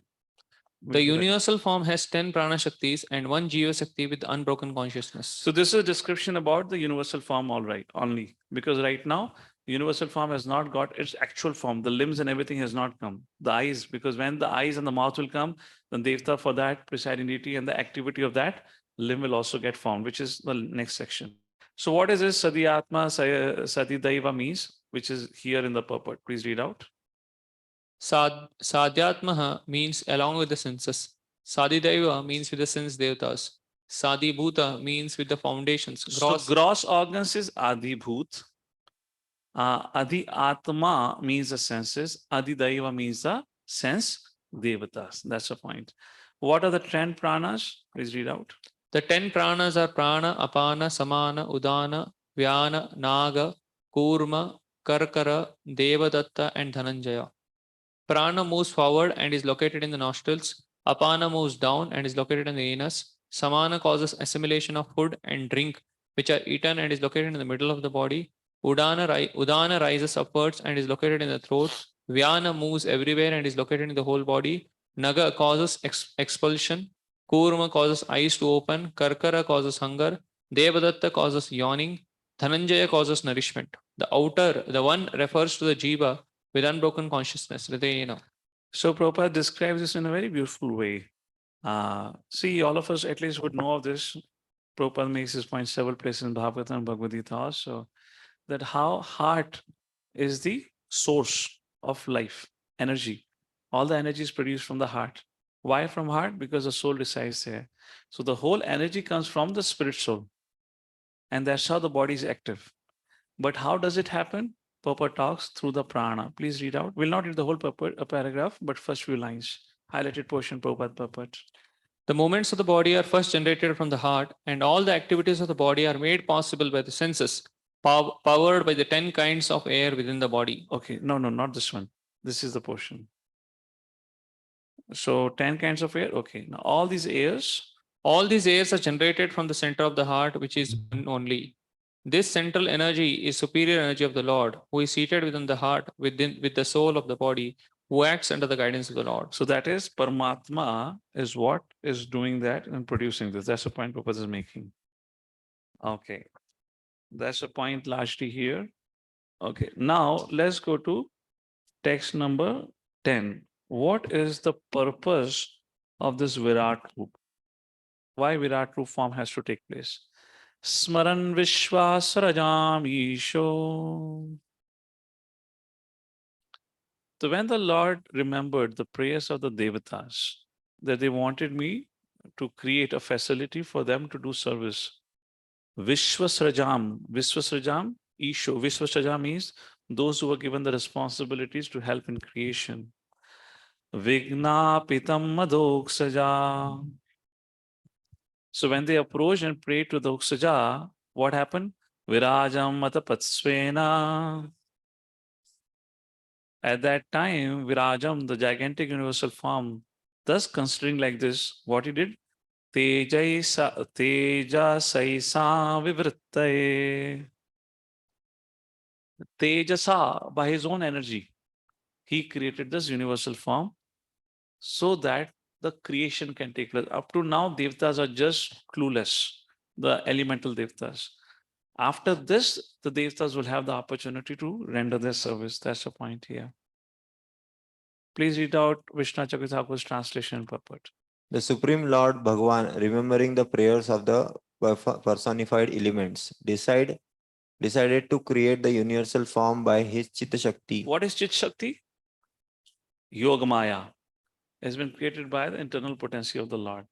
Therefore, it is beyond comprehension. We cannot. It is not something which is of this world. It cannot be comprehended. That's one of the reasons like that mentioned. Go ahead. So that the element could perform their functions. What was in entering as the Antaryami to manifest the 3, 10 and 1 Shaktis. He remembered the prayers such as a Yavad Balim Teja Harame. By his Chit Shakti, he manifested the universal form so that the elements could perform their function. So why? So that, by his he created so that the sense devtas can perform their function. And here comes a very beautiful part of the puppet. This gigantic, how do we understand this? Go ahead. The gigantic universe has developed gradually, just as the body of a child develops. So we were talking about this creation, we can understand two ways, atheistic point of view and the Vedic point of view. So it is compared to the fetus. We already spoke about Hiranyagarbha like that. Now this has grown up gradually, like a child grows. First point. Second, the conception that the transcendence enter within the universe is therefore logical. Why logical? Because without a spirit, matter cannot evolve. And if the universe is expanding, which means there has to be spirit, but it cannot be a Jiva Shakti. It means we cannot be I, we living entity. It has to be the Supreme Personality Godhead who can be the source of all. That's the point. Go ahead. As the materialistic cannot Now, find why the mentalists fail to understand this? Prabhupada says because first of all, they cannot understand that they are soul, not the body. How can they understand super soul behind this universe? That's the second point. Go ahead. as the materialistic cannot find the soul and supersoul within the heart, similarly, for want of sufficient knowledge, they cannot see that the Supreme Soul is the cause of the universe.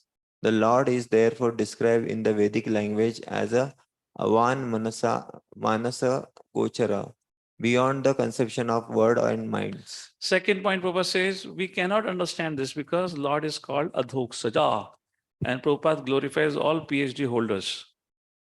Special purport for all PhD. If you have any PhD student, you can give him this reference. Go ahead, read it. The Lord is called Adokshaja, or the person who is beyond perception of the perception by the blunt, limited potency of our senses. One cannot perceive the transcendental name or form of the Lord by mental speculation. The mundane PhD are completely unable to speculate on the supreme truth, supreme with their limited senses.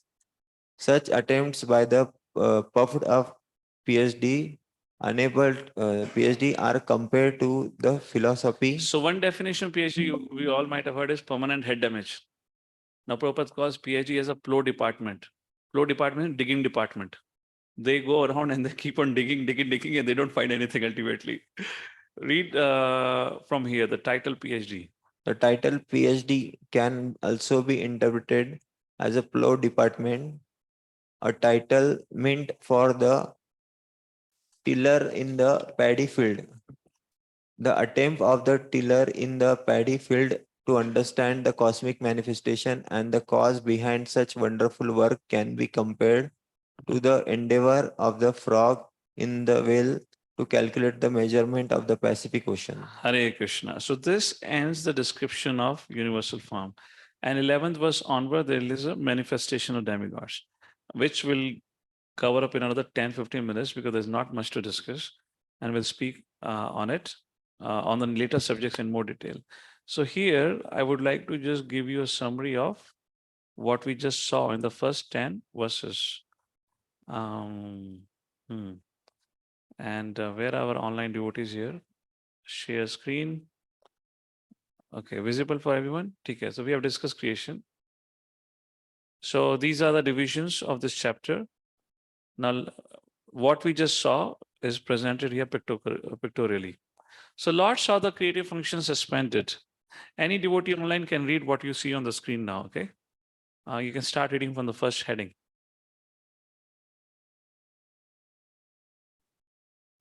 Any online devotee? Lord saw the creative functions suspended, elements in unmixed state. Lord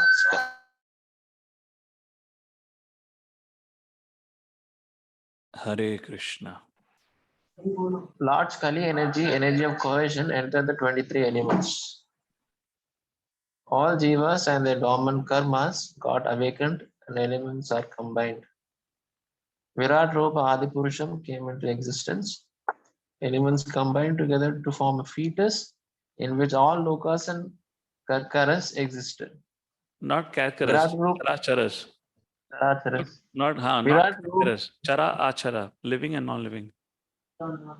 Characharas existed. Virat Rupa lived on waters with jivas for 1,000 years till Brahma's birth. Then Lord entered as Garbhoda Sai Vishnu, divided himself into consciousness of jivas, Jiva Shakti, 10 life airs, Prana Shakti, self-identification, Atma Shakti, What is Atma Shakti? Adibhuta, gross sense organs and sense objects, Adhyatma, senses, Adideva, sense devatas. All right, this is the discussion.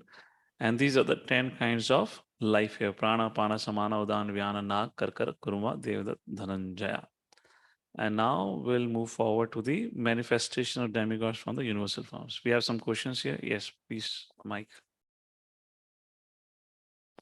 Here, Prabhupada is mentioning in purport that after Lord entered into the universe, then there was a period of 1000 celestial years. But in PPT, it is mentioned Yeah, that as I showed you there also now, while reading Vishwanath Chakravarti Thakur's commentary also, there are two versions of it, not very exactly clear. Where was this Hiranyagarbha? Was it on the Karana Sagar or was it in Garbhodakshesh Sagar, Garbhodak Sagar? That's what, accordingly, your interpretation and understanding would change. You're getting it now? If it is in Karana Sagar, as we discussed, if it is in Karana Sagar, from there, it got divided into all the universes. And from here, the Jivas went to all the universes. And the Lord took a form of Garbhodaksha Vishnu, entered into the universe. And then the rest of the things will happen here, Virat Purush. Now, if this is happening within the Garbhodak, if this is there, then there is no point, as which was mentioned, we read in the purport. Prabhupada said that from here, all the Jivas got divided into all the universes. That would not happen. So there are two stream of thoughts going on. And I guess we have to give a little bit of benefit or doubt to our speakers also here, because this is something which is way beyond any human comprehension. We'll see, Maitri Muni later on will describe whatever I've heard from my guru, how I understood this discrepancy here, two different thoughts of ideas. Vishnu Chakravarti Thakur said, you saw, I showed you. He said Karana Sagar also and Garbhodak Sagar. Both cannot happen. One. So how I reconcile this kind of two different streams of thoughts, Maitri Muni says at the end of the prayers, at the end of this chapter, I have tried to describe to the best of my ability whatever I heard from my spiritual master. And Prabhupada writes in the purport, is not that he repeated everything that he heard. He explained whatever he understood from his spiritual master. And here, there could be some a little bit of here and there understanding, because it's totally, and Matthew Muni says, nobody can describe the glories of the Lord. So therefore, this is something very incomprehensible subject matter. So there could be a little bit ton of events here and there. That's how I see this kind of two different streams of thoughts. Because if it is in Garbhodak, you cannot have jivas getting divided into different universes. This doesn't make sense. Yes, you have something, Prabhu? Go ahead, go ahead.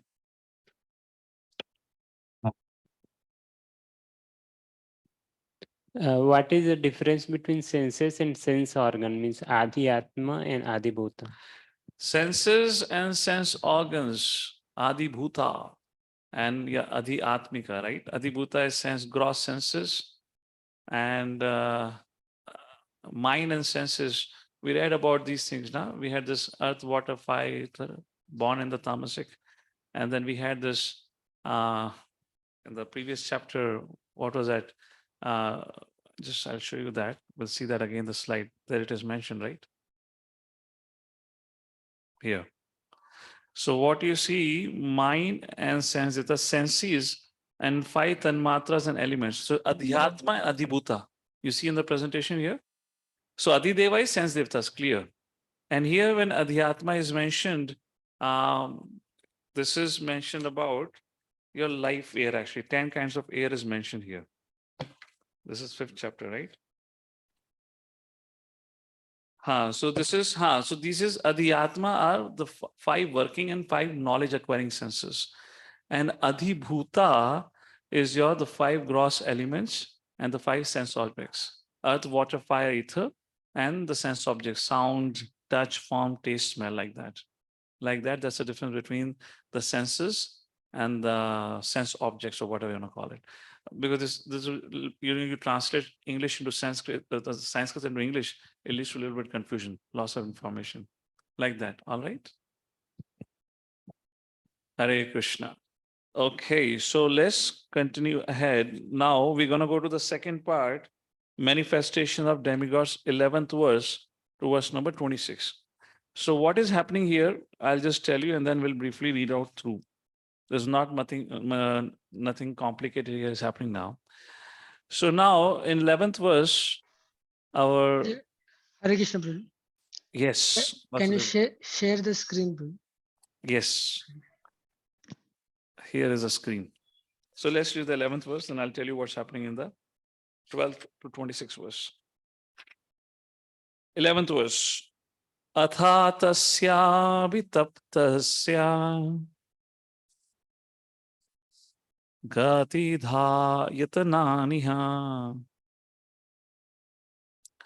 निरभिध्यन्त देवानां तानि मे गततः शृणु. Please read out the highlighted portion. In this universal form, which had appeared, places arose from the various devatas. Hear about this form me. Hear about this from me as I speak. So from verse number 12 to verse number 26, these verses describe when the different locations, adhisthana, like mouth, when it got generated in the universal form, along with it came the presiding deity, which is Agni. And along with that came the sense organ, which is Adhyatma, that is voice. And then along with that came the purpose or an action of that sense organ, which means to be able to speak. Hare Krishna. And you all have understood it, right? So now we're going to just read out. These are 4 things happening. So the form of the universal form, literally like, the hands and feet is all going to be discussed. And along with that comes the particular devta who presides over there. Along with that comes the organ. When you talk about the mouth, the organ mouth came, the Agni came, which is a devata of the mouth. And then came the function of the mouth is to speak. The voice like that is being described from verse number 12 to 26. So we just gonna read out the translations. So I'm not gonna read Vishnu Chakravarti Thakur's commentary here, so I'm taking off the screen. We'll just read out from the book Srila Prabhupada's Purport. So let's do that. Somebody please go ahead and start reading translations. 12th verse. Agni or heat separated from his mouth, and all the directors of material affairs entered into it in their respective positions. By that energy, the living entity expresses himself in words. Continue. Text 13. When the palate of the gigantic form was separately manifested, Varuna, the director of air in the planetary systems, entered therein, and thus the living entity has the facility to taste everything with his tongue. 14. When the Lord's 2 nostrils separately manifested themselves, the 12 Aswini Kumaras entered them in their proper positions, and because of this, the living entities can smell the aromas of everything. 15. Thereafter, the 2 eyes of gigantic form of the Lord were separately manifested. The sun, the director of light, entered them with the partial representation of eyesight, and thus the living entities can have vision of forms. 16. When there was a manifestation of skin separated from the gigantic form, Anila, the deity directing the wind, entered with partial touch, and thus the living entities can realize tactile knowledge. 17. When the ears of gigantic form became manifested, all the controlling deities of the directions entered into them with the hearing principles, by which all the living entities hear and take advantage of sound. When there was a separate manifestation of skin, the controlling deities of sensation, and their different parts entered into it, and thus the living entities feel itching and happiness due to touch. 19. When the genitals of gigantic form separately became manifest, the Prajapati, the original living creature, entered into them with his partial semen, and thus the living entities can enjoy sex pleasure. 20. The evacuating channel separately became manifest, and the director named Mitra entered into it with partial organs of evacuation.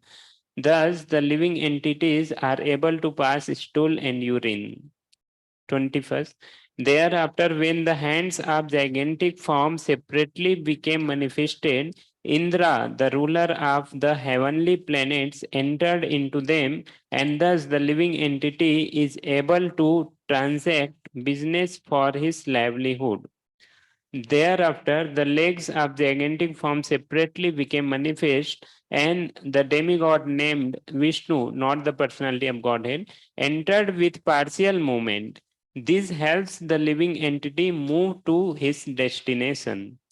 When the intelligence of the gigantic form separately became manifest, Brahma, the lord of the Vedas, entered into it with the partial power of understanding, and thus an object of understanding is experienced by the living entities. After that, the heart of the gigantic form separately manifested itself, and into it entered the moon demigod with partial mental activity.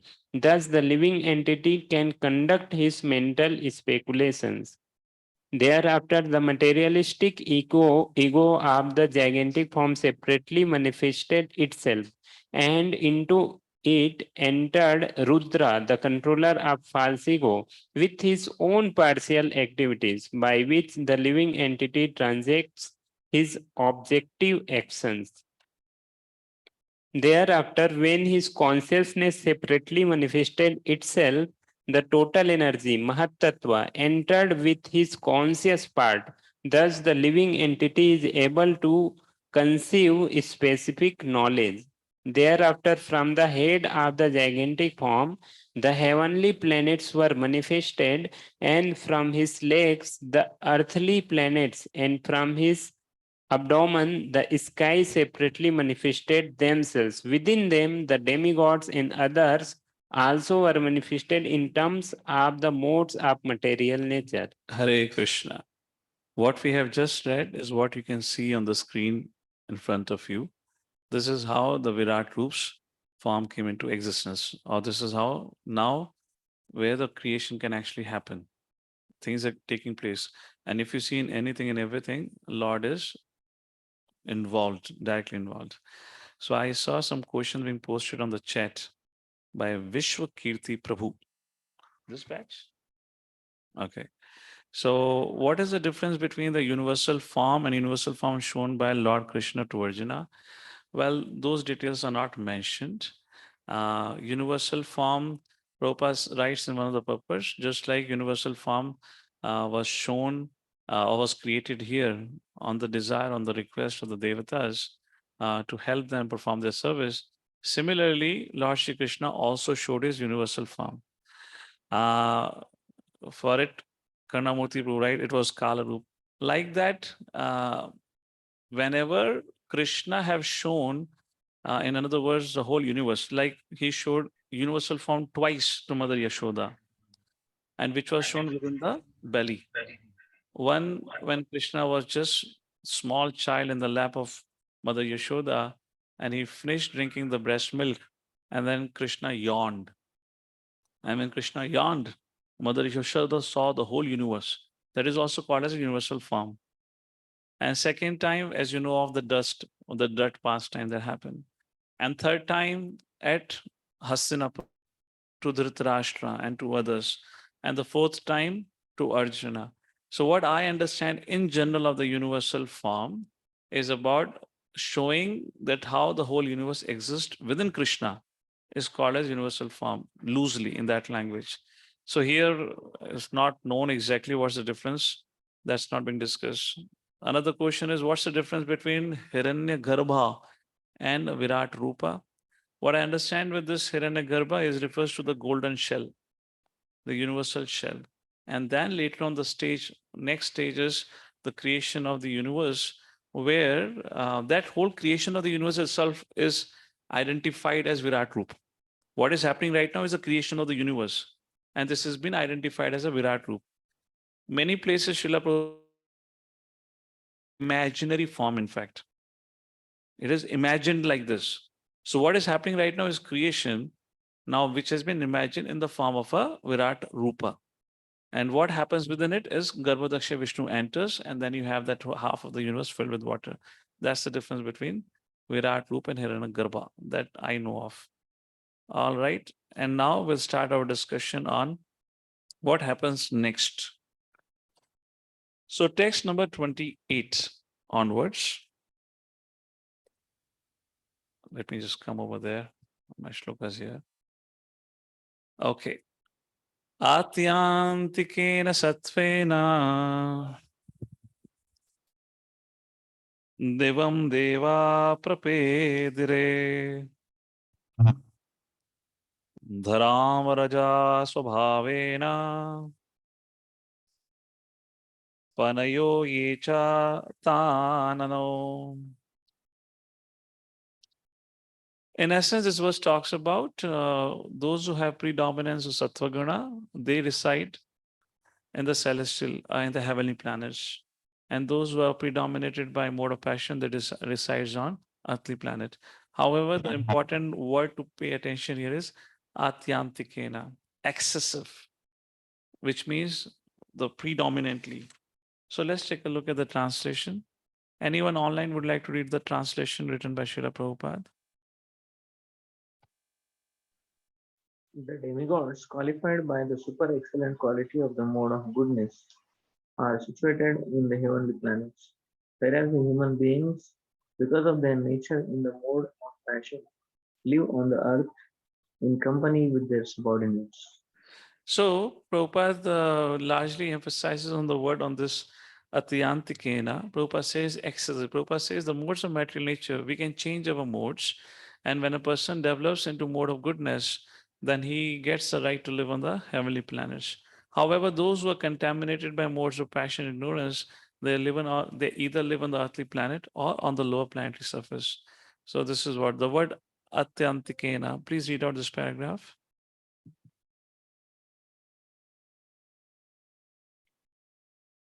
Hare Krishna. The word atyantikam is very significant in this verse. By development of the mode of goodness of material nature, one can become situated in the heavenly planets. But by excessive development of the modes of passion and ignorance, a human being indulges in killing the animals who are meant to be protected by mankind. Persons who indulge in unnecessary animal killing have excessively developed in the modes of passion and ignorance and have no hope of advancing to the mode of goodness. And now the last line. The planetary system, we generally hear them upper, middle, and lower. That's according to the prominence of particular mode of consciousness. That's the point Prabhupada writes. Anything? Screen is not visible. Hare Krishna. Online devotees को screen नजर नहीं आ रही क्या? Visible. This is the only screen. ठीक है. कुछ आ रहा. Okay, okay. Projector में कुछ आ रहा था. Fine. Now text number 29 is about where do those who are in mode of ignorance resides. Tartiyena swabhavena Bhagavana bhivashritaha. Tartiyena means ignorance. Those who are in predominating ignorance, they find their place at the Nabhi of this Virat Rupa. Ubhayorantaram vyoma. Ubhayor in the middle between the Bhuva, Swarga. So this living entities are between the earthly planetary system and the heavenly planet system, where it comes Bhuvar, where you have ghost, hobgoblins. You'll see in the 5th canto about it. Ye Rudra Pashadam Ganaha. And this is all the party of Rudra. All the followers of Rudra resides here. Please read out Vishnu Chakra's translation. By nature of tamas, those who are followers of Rudra attain Bhuvarloka, the navel region of the universal form between Swarga and earth. Hare Krishna. Now, after this being done, what will be discussed is what is being created. From text number 30, manifestation of the Varnas are being described from text number 30. And that is something important and some very important discussion by Srila Prabhupada and the purpose. So we'll pay attention here now. So, Varnas, what was created from mouths? Brahmanas and the Vedas. Text number 30. Mukhato avartata brahma purushasya kurutvaha yastun mukhatvad varnanam mukhyo abud brahmano guru. And now Prabhupada gets his time to write big purports now. Earlier there was technical subject. Prabhupada didn't go much details, and Prabhupada now will spend his time here. So from the mouth, avartata generated Brahma. What refers to Brahma is the Vedic wisdom.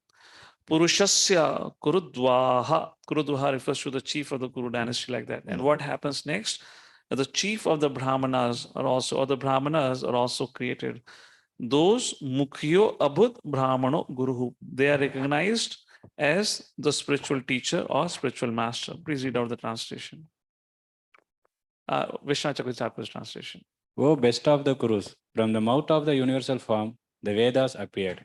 The Brahmanas, who are the chief among the caste and the Guru of the caste, because they are favorable towards the Vedas, also appeared from the mouth of the universal form. So, if you see the current situation in the world, I don't know how much you're aware, but at large, Hinduism is really looked down as something very atrocious. In fact, many Hindus themselves don't want to call themselves Hindus because of whatever brainwashing have happened post or during the British era. So what we call is within India, the left leaning personalities who largely align themselves with communism are actually not even aligning with themselves with communism because they largely favor Islam, if you see in their actions. So you might wonder why, and most of these people are not Muslims. Most of these people are Hindus, born as a Hindu. For example, what is his name? Kamal Hassan, right? South India, famous actor. He is a very strong proponent of leftist philosophy, of communist philosophy. Largely, the version of communist philosophy in India is an anti-Hindu, anti-Brahman. And Kamal Hassan is one of them. And apparently, he comes himself from a Brahman family. Now, I don't want to go into too much details about Kamal Hassan and all that. Kamal Hassan became like that because he has an elder brother who is a very strong proponent of leftist philosophy. All right. This is just a little background. The point I'm trying to raise here is what's the problem with Hindu society? The major problem in the Hindu society is only one thing: caste divisions, which you don't find so much in the Abrahamic traditions. Of course, Muslims have Shia, Sunni, but that is not caste divisions. Those divisions are based on faith. Similarly, Christianity also have Catholics. They have Protestants. There are many. There are thousands varieties of churches you'll find, even in what you call as our Christianity. Even Islam, as per to say, if you see in India, Islam is also, forget about Shia and Sunni, Islam is also largely divided into three major categories. The first major category in India, the Muslims who we know of, are those who claim themselves to be coming from the pure bloodline of original Muslims, because the Muslims invaded India. Second category of Muslims are converted Muslims, converted Hindus who became Muslims. They are second grade. And there is a third category of Muslims in India, which is the largest population of Muslims in India. Almost 85% of Muslims belong to this category. And that is somebody knows the name? Huh? Some name is there, I don't remember the name, but they are equivalent of Dalits, who we call Dalits in India, like that in Hindu society. So the Abrahamic traditions are not largely based on this Varna Ashrama concept. They're all divisions are based on faith. Similarly, Protestants and Catholic, one believes the mother is more important. The Catholic says no, the son is more important. Things like that. There are churches where you will have Jesus on the cross, and the churches where you only have Mary, the mother of Jesus, like that, and like this. So the major problem that people have with Hinduism is they say you people discriminate based on caste. Somebody is born in that particular caste, and larger problem is Shudra, and which started from the time of Buddhism. In case you come across the books written about what happened at the time of Buddha appeared, not what devotees have described, what outside people talk about, and particularly Ambedkar ji at the fag end of his life accepted Buddhism. And every Ambedkarwadi today says Buddhism is a religion. Buddhism is not a religion. If Buddhism is a religion, then atheism is the biggest religion. Because Buddhism and atheism is more or less one and same thing. And why Ambedkarwadi or Ambedkarji was against Hinduism? Again, the caste divisions, which is sought by the Britishers. So here in this discussion, Varnashrama is being described in the next 4 verses. And the purport needs to be paid attention. Hinduism are largely hated all over the world for this whole caste discrimination. Now, how do we understand? I mean, I don't know how many of you travel, but I have traveled, so I know in the West also why Hindus are looked down, because they say, you have this old, what you call, based on the birth, you have certain divisions. And one who is born as Shudra is always have to be Shudra only. So, yes, the problem happened. How the Varnashrama, Prabhupada will highlight in the purport. Let me give a synopsis and then we'll look into the purport. Prabhupada time and again mentioned Chaturvarnya Mayashashtam in 4th chapter also Bhagavad Gita, and elsewhere in the 18th chapter when qualities of Brahmana, Kshatriya, Vaishya, Shudra are described. Prabhupada so many times mentioned it is not a birthright. It is based on quality. So a system which was not based on faith, system which was based on one's predisposition, one's inclination, you understand? The today's system of division in the society is based on faith. I believe in this, so I belong to this. Varnashram is not that I believe I am a Brahmana, I am Brahmana. Or I believe in Brahmanism, so I become Brahmana. That's not how it is. Today's society is divided either based on faith or based on social status, how much money you have in your pocket. Rich class, middle class, poor class. How this Varnashram is a scientific division? Varnashrama is divided based on your propensity. Just like Vishwamitra Muni, a great sage, was not a sage before, was a Kshatriya. Whatever reason, history is there, why he developed an inclination, that's a different story. But later on, by the blessing of Vashisht Muni, he became a Brahmana. He became Vishwamitra Muni. It's okay, details into it. But he wanted to acquire those qualities, or he wanted to be whatever it is. So Prabhupada time and again mentioned that this whole corruption, this whole fantastic system that we had based on a propensity, and therefore today, nobody's happy. So much divisions and conflicts this faith-based society have led to, and so much dissatisfaction in professional life this faith-based society have led to, nobody's happy. All this act of terrorism, everything is happening because of faith. And now because we don't have any idea of what our dispositions are, we end up into the same profession, which leads to dissatisfaction. Work is said to be yoga according to Bhagavad Gita. And if I imagine, if you are a Brahmana, by your nature, which means doing Brahminical activities would give you so much satisfaction, you were not looking for anything. Therefore, up to, let's say, previous generation, people, if they would join a job, they would not quit at the fag end of their life. Yes or no? People would not. Now, why people change their jobs so quickly? 2 things, social status and frustration. What is social status? Unless I change my job, I'll not get a good pay hike. And second thing is, I'm frustrated with the current job I'm doing. How many of your parents have worked into a service class and your father just did the same job all his life in the same company? Raise your hands. My father was in a bank, and he was in the same bank since the time he graduated from college. Back in 1972, up to 2012, he retired also from the same bank. How many years? 82, 92, 40 years he worked. Never had a thought of changing it. Why I'm bringing this thing, please understand, this is how people lived before. There was a greater level of satisfaction. This whole Varnashrama is a scientific division.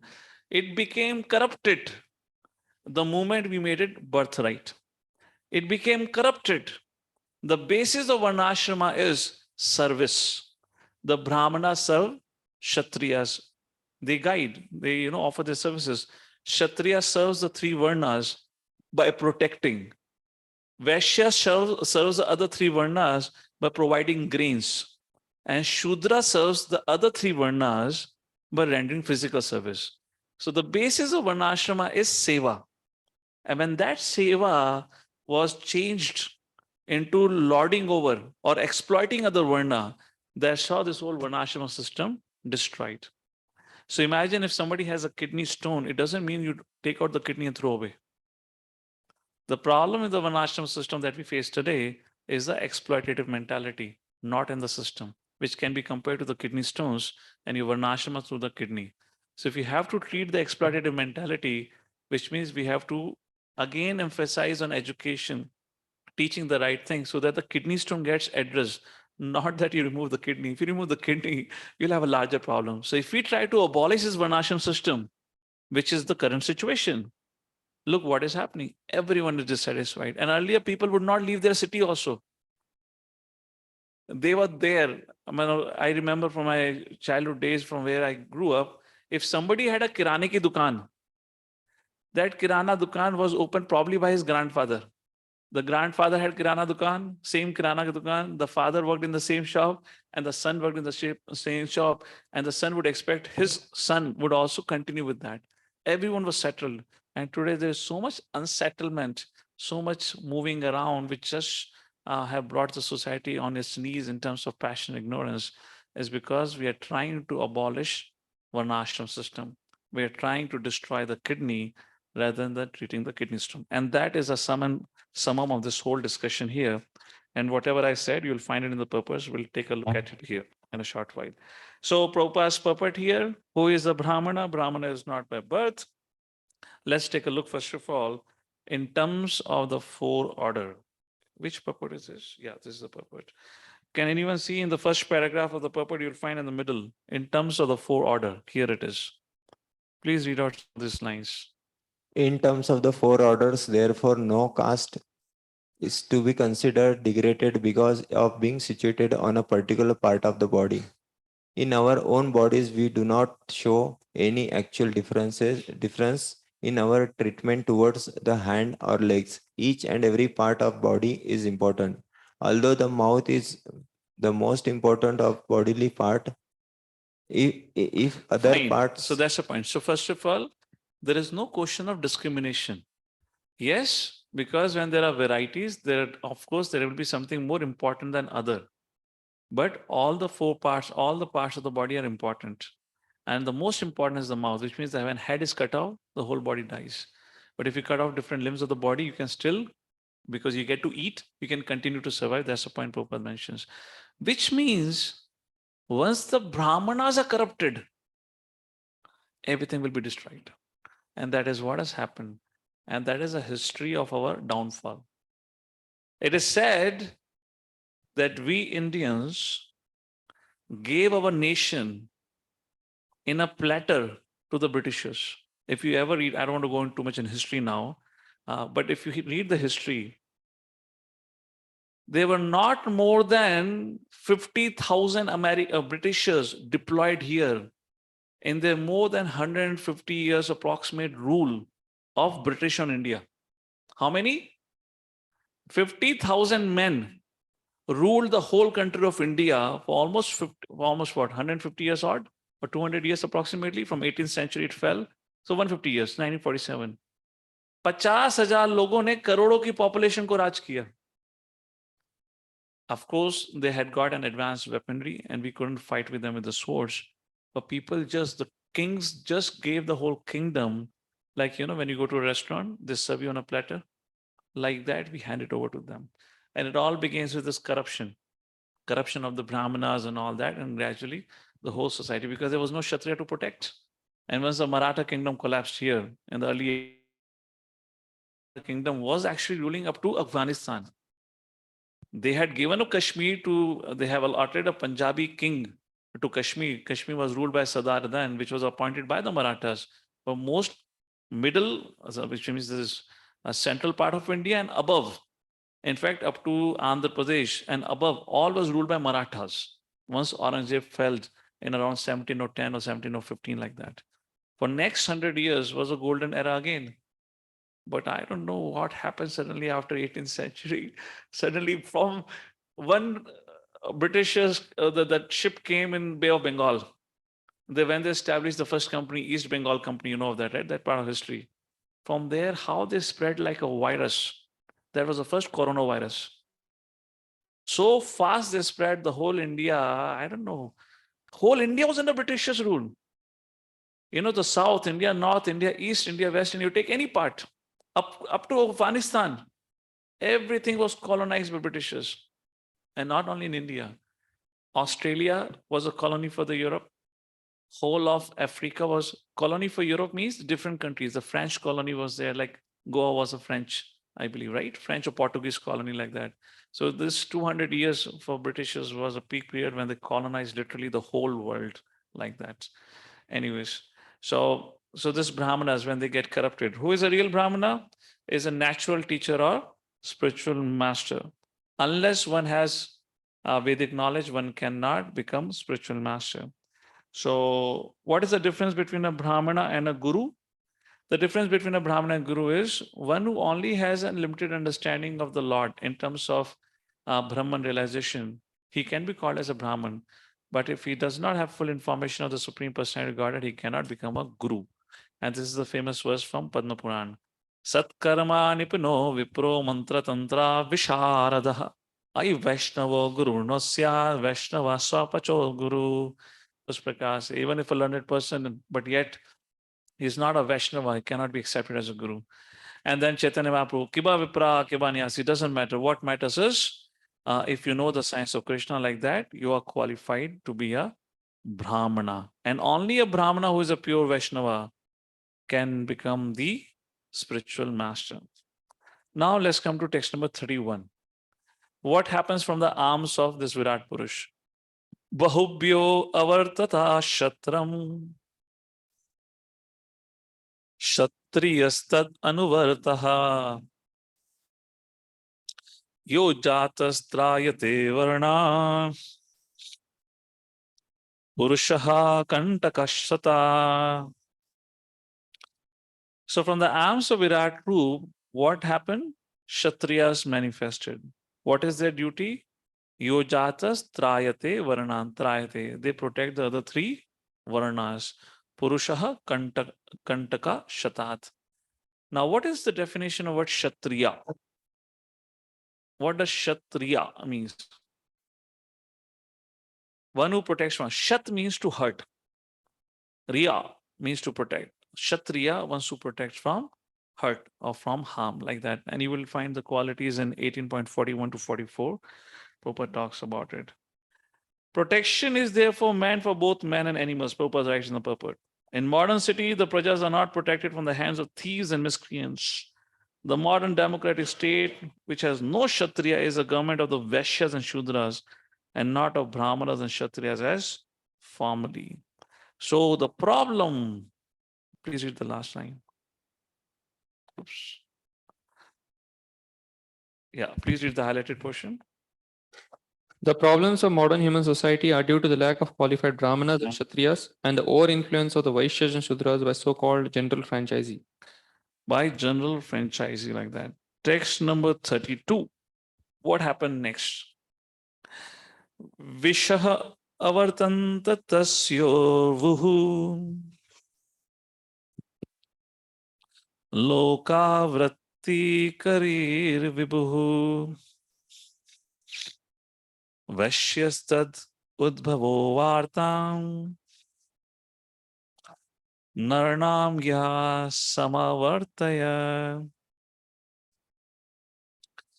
So Visho avartanta tasya urvuhu. Urvuhu means thighs. And who came from the thighs of Naranayan Rishi? Urvashi. Urvuhu. So like that's the whole idea. Urvashi, the name is because she came from the thighs of Naranayan Rishi. Urvuhu. So who came from the thighs of the Virat Roop?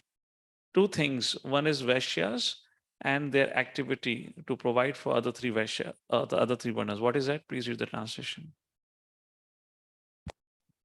The means of livelihood of all persons, namely production of grains and the distribution to the prajas, was generated from the thighs of the Lord's gigantic form. The mercantile men who take charge of such execution are called Vaishyas. Prabhupada writes a beautiful purport here, comparing the industries versus agriculture. I'll give you a little bit of historical significance here, but let's read first what Prabhupada says. Please read from here to here. Types of Vaishyas. The Vaishyas are divided into many subsections. Some of them are called Kshetri or landowners. Some are called Krishna or land tillers. Some of them are called Tilavanik or grain raisers. Some are called Gandhavanik or merchants in spices, and some are called Suvarnavanik or merchants in gold and banking. The Brahmanas are the teachers and spiritual masters. Kshatriyas protect the citizens from the hands of thieves and miscreants, and the Vaishyas are in charge of production and distribution. The Shudras, the unintelligent class of men who cannot act independently in any of the above mentioned activities, are meant for serving the three higher classes for their livelihood. Next. Formerly, the Brahmanas were given all the necessities of life by the Kshatriyas and Vaishyas because they had no time to spend making So a you're living. seeing the common thread. Kshatriyas were protecting the three Varnas. Brahmanas were protecting the three Varnas by giving them right advice. Kshatriyas by giving protection. Vaishyas by providing grains, serving the three Varnas, right? The concept of serving is going on. Okay, continue reading. The Kshatriyas would collect taxes from the Vaishyas and Shudras. Brahmanas were exempt from paying income tax or land revenue. That system of human society was so nice that there were no political, social, and economical upheavals. The different castes or Varna classifications are therefore essential for maintaining a peaceful human society. Now, if you look at industrialization, just to make a little point on that, so you understand what's going on and why the world is in the current situation as it is. There are different kind of businesses which can give you wealth. One of the major business which is giving or producing a lot of wealth for more than 50 years is oil. And oil related thing, which means the cars and everything's like that. Just to let you know, in America, the public transport system is pathetic. Even you don't have public transport system. America as a country does not have trains. Can you imagine? They do not have trains only. If you have to live in America, you have to compulsorily purchase car. And that car which runs on oil. And for its maintenance requires various oil products, etc., etc. So oil is a great source of wealth. But for how long? As long as the oil reserves are there. So you still cannot make money for all the time to come, isn't it? But there is one field, if you can capture it, you industrialize it, then all generations to come, people don't have to work. And second, if you are able to tap onto this market or create a market like this, then you can control anyone and everyone. And what is that? Food market. So just to let you know what's happened in North America and South America, more than 70% of forest land have been destroyed and have been converted into a animal farming. The trees and everything have been uprooted and turned into a kind of an agricultural land. It's not an agricultural land. You can call it as a park where all these trees have been taken out. Imagine you take out the tree and what will happen to the whole ecosystem? They have taken out, emptied, they have, and what they did with the tree, that, you use the trees for selling of many things, furniture comes in on the name of food shortage. There is an acute food shortage, so we need to take down and destroy this forest. Why? Because here we're going to do animal farming. So all that 70% of forest land combined together, North and South America, larger portion of South America, Americans, anyone is clever. They don't want to spoil their house. They want to destroy the neighbor's house. So that's why they've destroyed the South America. They have destroyed the forest and turned into an animal farming, where you produce animals, through whatever the natural phenomenon, let them grow and then kill them, slaughter them, and sell it in the market. So in America, you can find meat far easily than even vegetable. At times, the cost of meat is cheaper than even the food grains that you can buy. That's the situation there.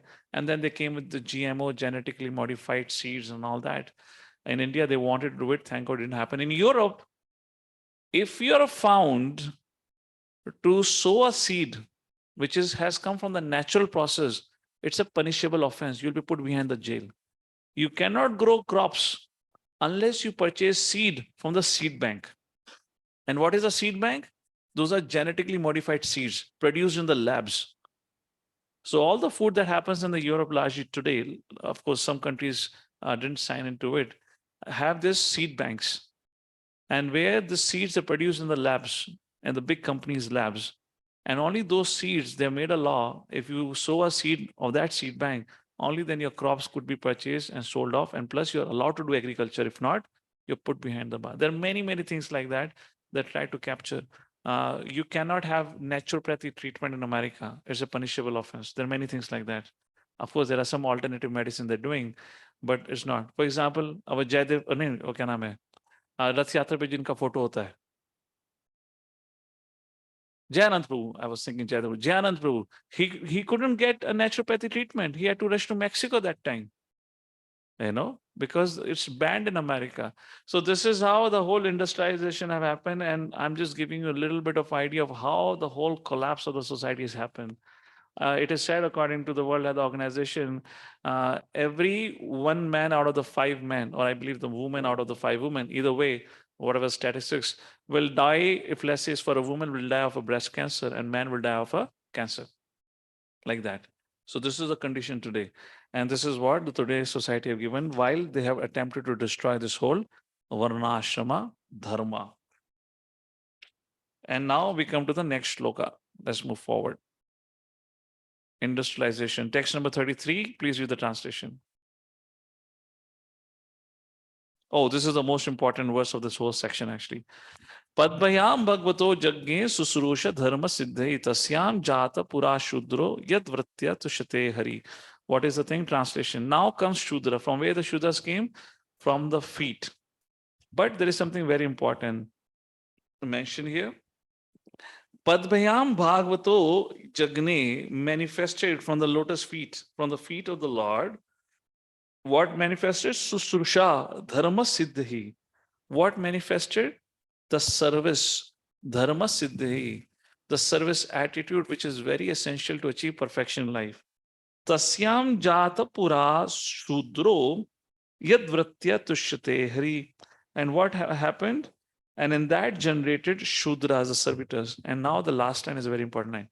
Yad vritya tushyate hari. Nowhere so far was mentioned satisfied hari, right? Yad vritya tushyate hari. It does not mean the Shudras were satisfied hari. Yad vritya, vritti. What is a vritti? Service vritti. Tushyate hari. Satisfy hari. So if hari is creating a varnashrama dharma, would it not mean that everyone in the varna, according to that dharma, are supposed to serve? That is a whole important point here. Please read the highlighted part of Vaishnava Thakur's translation. Purport, sorry. Service, Susrusa, for perfecting Varnasram, Dharma Siddhai, appear from his feet. Without that service, that the system cannot function properly. Though service is the nature of Sudras, it applies to all Varnas. Thus, it is stated here that this attitude is for the perfection of all Varnas and Ashramas. And Prabhupada writes at the end of the purport, it is actually better to be a Shudra. Please read ahead. It is actually better to be a Sudra than to be a Brahmana and not develop the service attitude, because that attitude alone satisfies the Lord. It's something like Atha Pumbir Duja Shreshta. We have the shloka Hari Toshna. What is that? Some Siddhir Hari Toshna. The purpose of Varnashrama is to satisfy the Supreme Personality of Godhead. A Brahmana is supposed to know this fact. This is the fact. What is that fact? Please read out. This is what we have been discussing so far. A Brahmana, Kshatriya, Vaishya, or Sudra cannot perfect his occupational duties only by rendering service unto the Lord. A Brahmana is supposed to know this fact due to his perfection in Vedic wisdom. The older sections are supposed to follow the direction of the Brahmana. Vaishnava, one who is a Brahmana by qualification and a Vaishnava by action. That will make the entire society perfect in regard to the order of its social construction. A disordered society cannot satisfy either the member of the society or the Lord. Even if one is not a perfect Brahmana, Kshatriya, Vaishya or Sudra, but takes to the service of the Lord, Not caring for the perfection of his social position, he became a perfect human being. Becomes a perfect human being. Simply by developing the attitude of service to the supreme personality of Godhead. So why Varnashrama collapsed? Because everyone forgot about service attitude. How to revive it? Establish the culture of seva. We cannot abolish the Varnashrama system. It's just like destroying the kidney for kidney stones. That was a point up to here. Text number 34, where the discussion on universal form ends. Etehe, what all I have described, Varna. Ete Varna Swadharmena Yajanti Swagurum Harim Shraddhayatma Vishuddhi Artham Yajjata Sahavrati Bihi. Very beautiful. This is a verse which actually exactly like Atapombe Dujasheshta. The whole purpose of this whole Varnas and the orders and their activities is to please the Supreme Personality of Godhead. Please read out translation. All these different social divisions are born with their occupational duties and living conditions from the Supreme Personality of Godhead. Thus, for unconditional life and self realization, one has to worship the Supreme Lord under the direction of the spiritual master. Please read this point. Since they are born from different parts of the body of the Supreme Lord in his gigantic form, all living entities in all parts of the entire universe are supposed to be eternal servitors of the Supreme Body.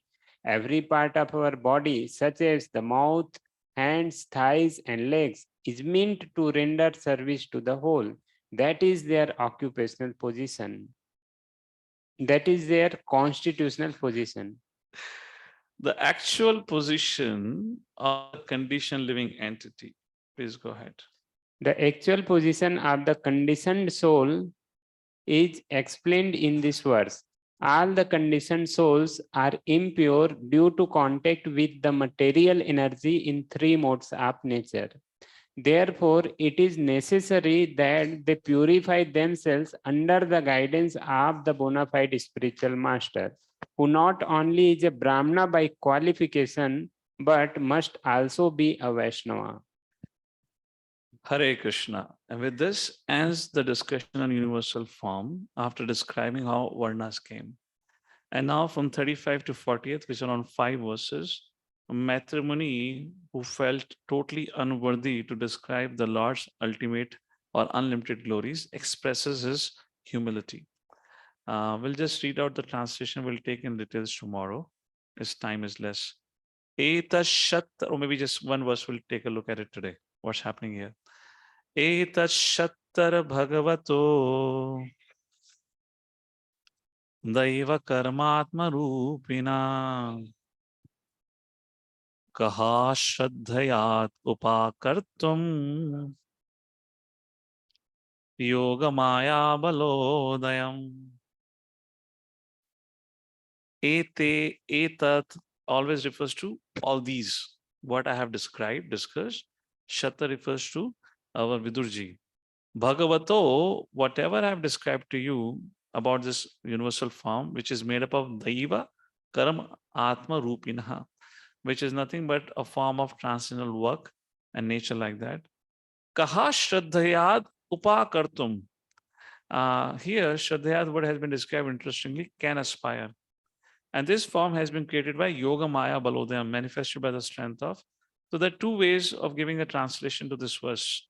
First, who can estimate or measure the transcendental form of the Lord, like Prabhupada does it? Let's take Vishnu Chakravarti Thakur. One is who can hope to describe this form which arose from the Yogamaya. And second thing he says, the word Shraddhyat, he also translate as desire. Desiring to describe it is impossible. What to speak of actually describing it? Just to desire that let me describe universal form is impossible. Then how can you really describe what is even impossible to desire? Like that, Vishnu, our what do you say, Maitri Muni expresses his humility here. that he is not able to do it. But the question arises, not question arises, the same thing we see with Arjuna in the 11th chapter also. Even Arjuna could not fathom it when the Lord showed the form, right? Isn't it? And Prabhupada quotes a verse. Please read out the translation. O gigantic Vishwarupa form, O master of the universe, I see innumerable hands, bodies, mouths, and eyes in all directions, and they are all unlimited. I cannot find the end of this manifestation, nor do I see the middle nor the beginning. So one Prabhupada would use often, which we'll see it tomorrow. Prabhupada calls the philosophers who are trying to estimate the glories of the Lord, or not estimate the glories, or trying to understand Lord through their analytical point of view. Prabhupada calls them froggish philosophers. I'll call again and again these kind of people in his purpose now. So here Prabhupada says that Arjuna, while seeing, could not estimate when the Lord actually showed his form. So who could dare to describe it? Like that, this is mentioned. So with this, we'll pause here for today. And this section is a very important section where Prabhupada talks about how to actually understand the glories of the Lord. In essence, in today's discussion, while discussing the 6th chapter of the 3rd canto, wherein we saw what happened when the Devtas prayed, the elemental Devtas prayed to the the Supreme Personality of Godhead, which is Karanadaksha Vishnu. Karanadaksha Vishnu, through his cohesive energy, combined all the elements and produced Hiranyagarbha, where resided every living entity and the whole creation, which was to happen. And then from that Hiranyagarbha manifested different universes, and all the living entities got distributed on all these universes. And then Garbhodaksha Vishnu came into existence. The creation that happened, which was discussed, is described as Virat Roop. The whole creation which is happening, the creation of the 14 planetary system, the Varnashrama and everything is described as Virat Roop. That is what we saw. Along with that, we also saw that how the mouth got created in the Virat Roop, which means the sense Devta Agni, the ability to speak, that all got activated, manifested in the universe. That's how we have all these abilities. So all this discussion shows that all these abilities that we have because of the grace of the Lord. Because the Lord, while reciprocating to the prayers of the elemental devtas, produced all this. If not, then nothing would have happened. So like that, his point is mentioned that how Lord is part of every aspect of the creation. And finally, after that, we had a discussion on how Varnas are created, and where we had a discussion that how Hindus are hated all over the world largely because of this caste system. So problem is not with the caste system. The problem is how caste system has got corrupted, and corrupted largely because of how Brahmanas, head of the society, does not represented the caste system properly. The Varnashram system is based on service to all the other orders. Doesn't matter you're Brahmana, Kshatriya, Vaishya, Shudra, and you don't become, your Varna is not described according to birth, but according to qualities. Like that was a discussion on Varna. And finally, now Maitri Muni concludes his discussion about universal form. And now he would explain that it is very difficult to explain the universal form or the form of the Lord, or the question that you've asked is inconceivable. And his humility is expressed here in the next set of verses, which we shall see tomorrow. And we have 2 more chapters. And today is Wednesday. Wednesday, right? So Thursday and Friday, I have 2 more days, right? So fine. Yeah, we have time. We'll finish off.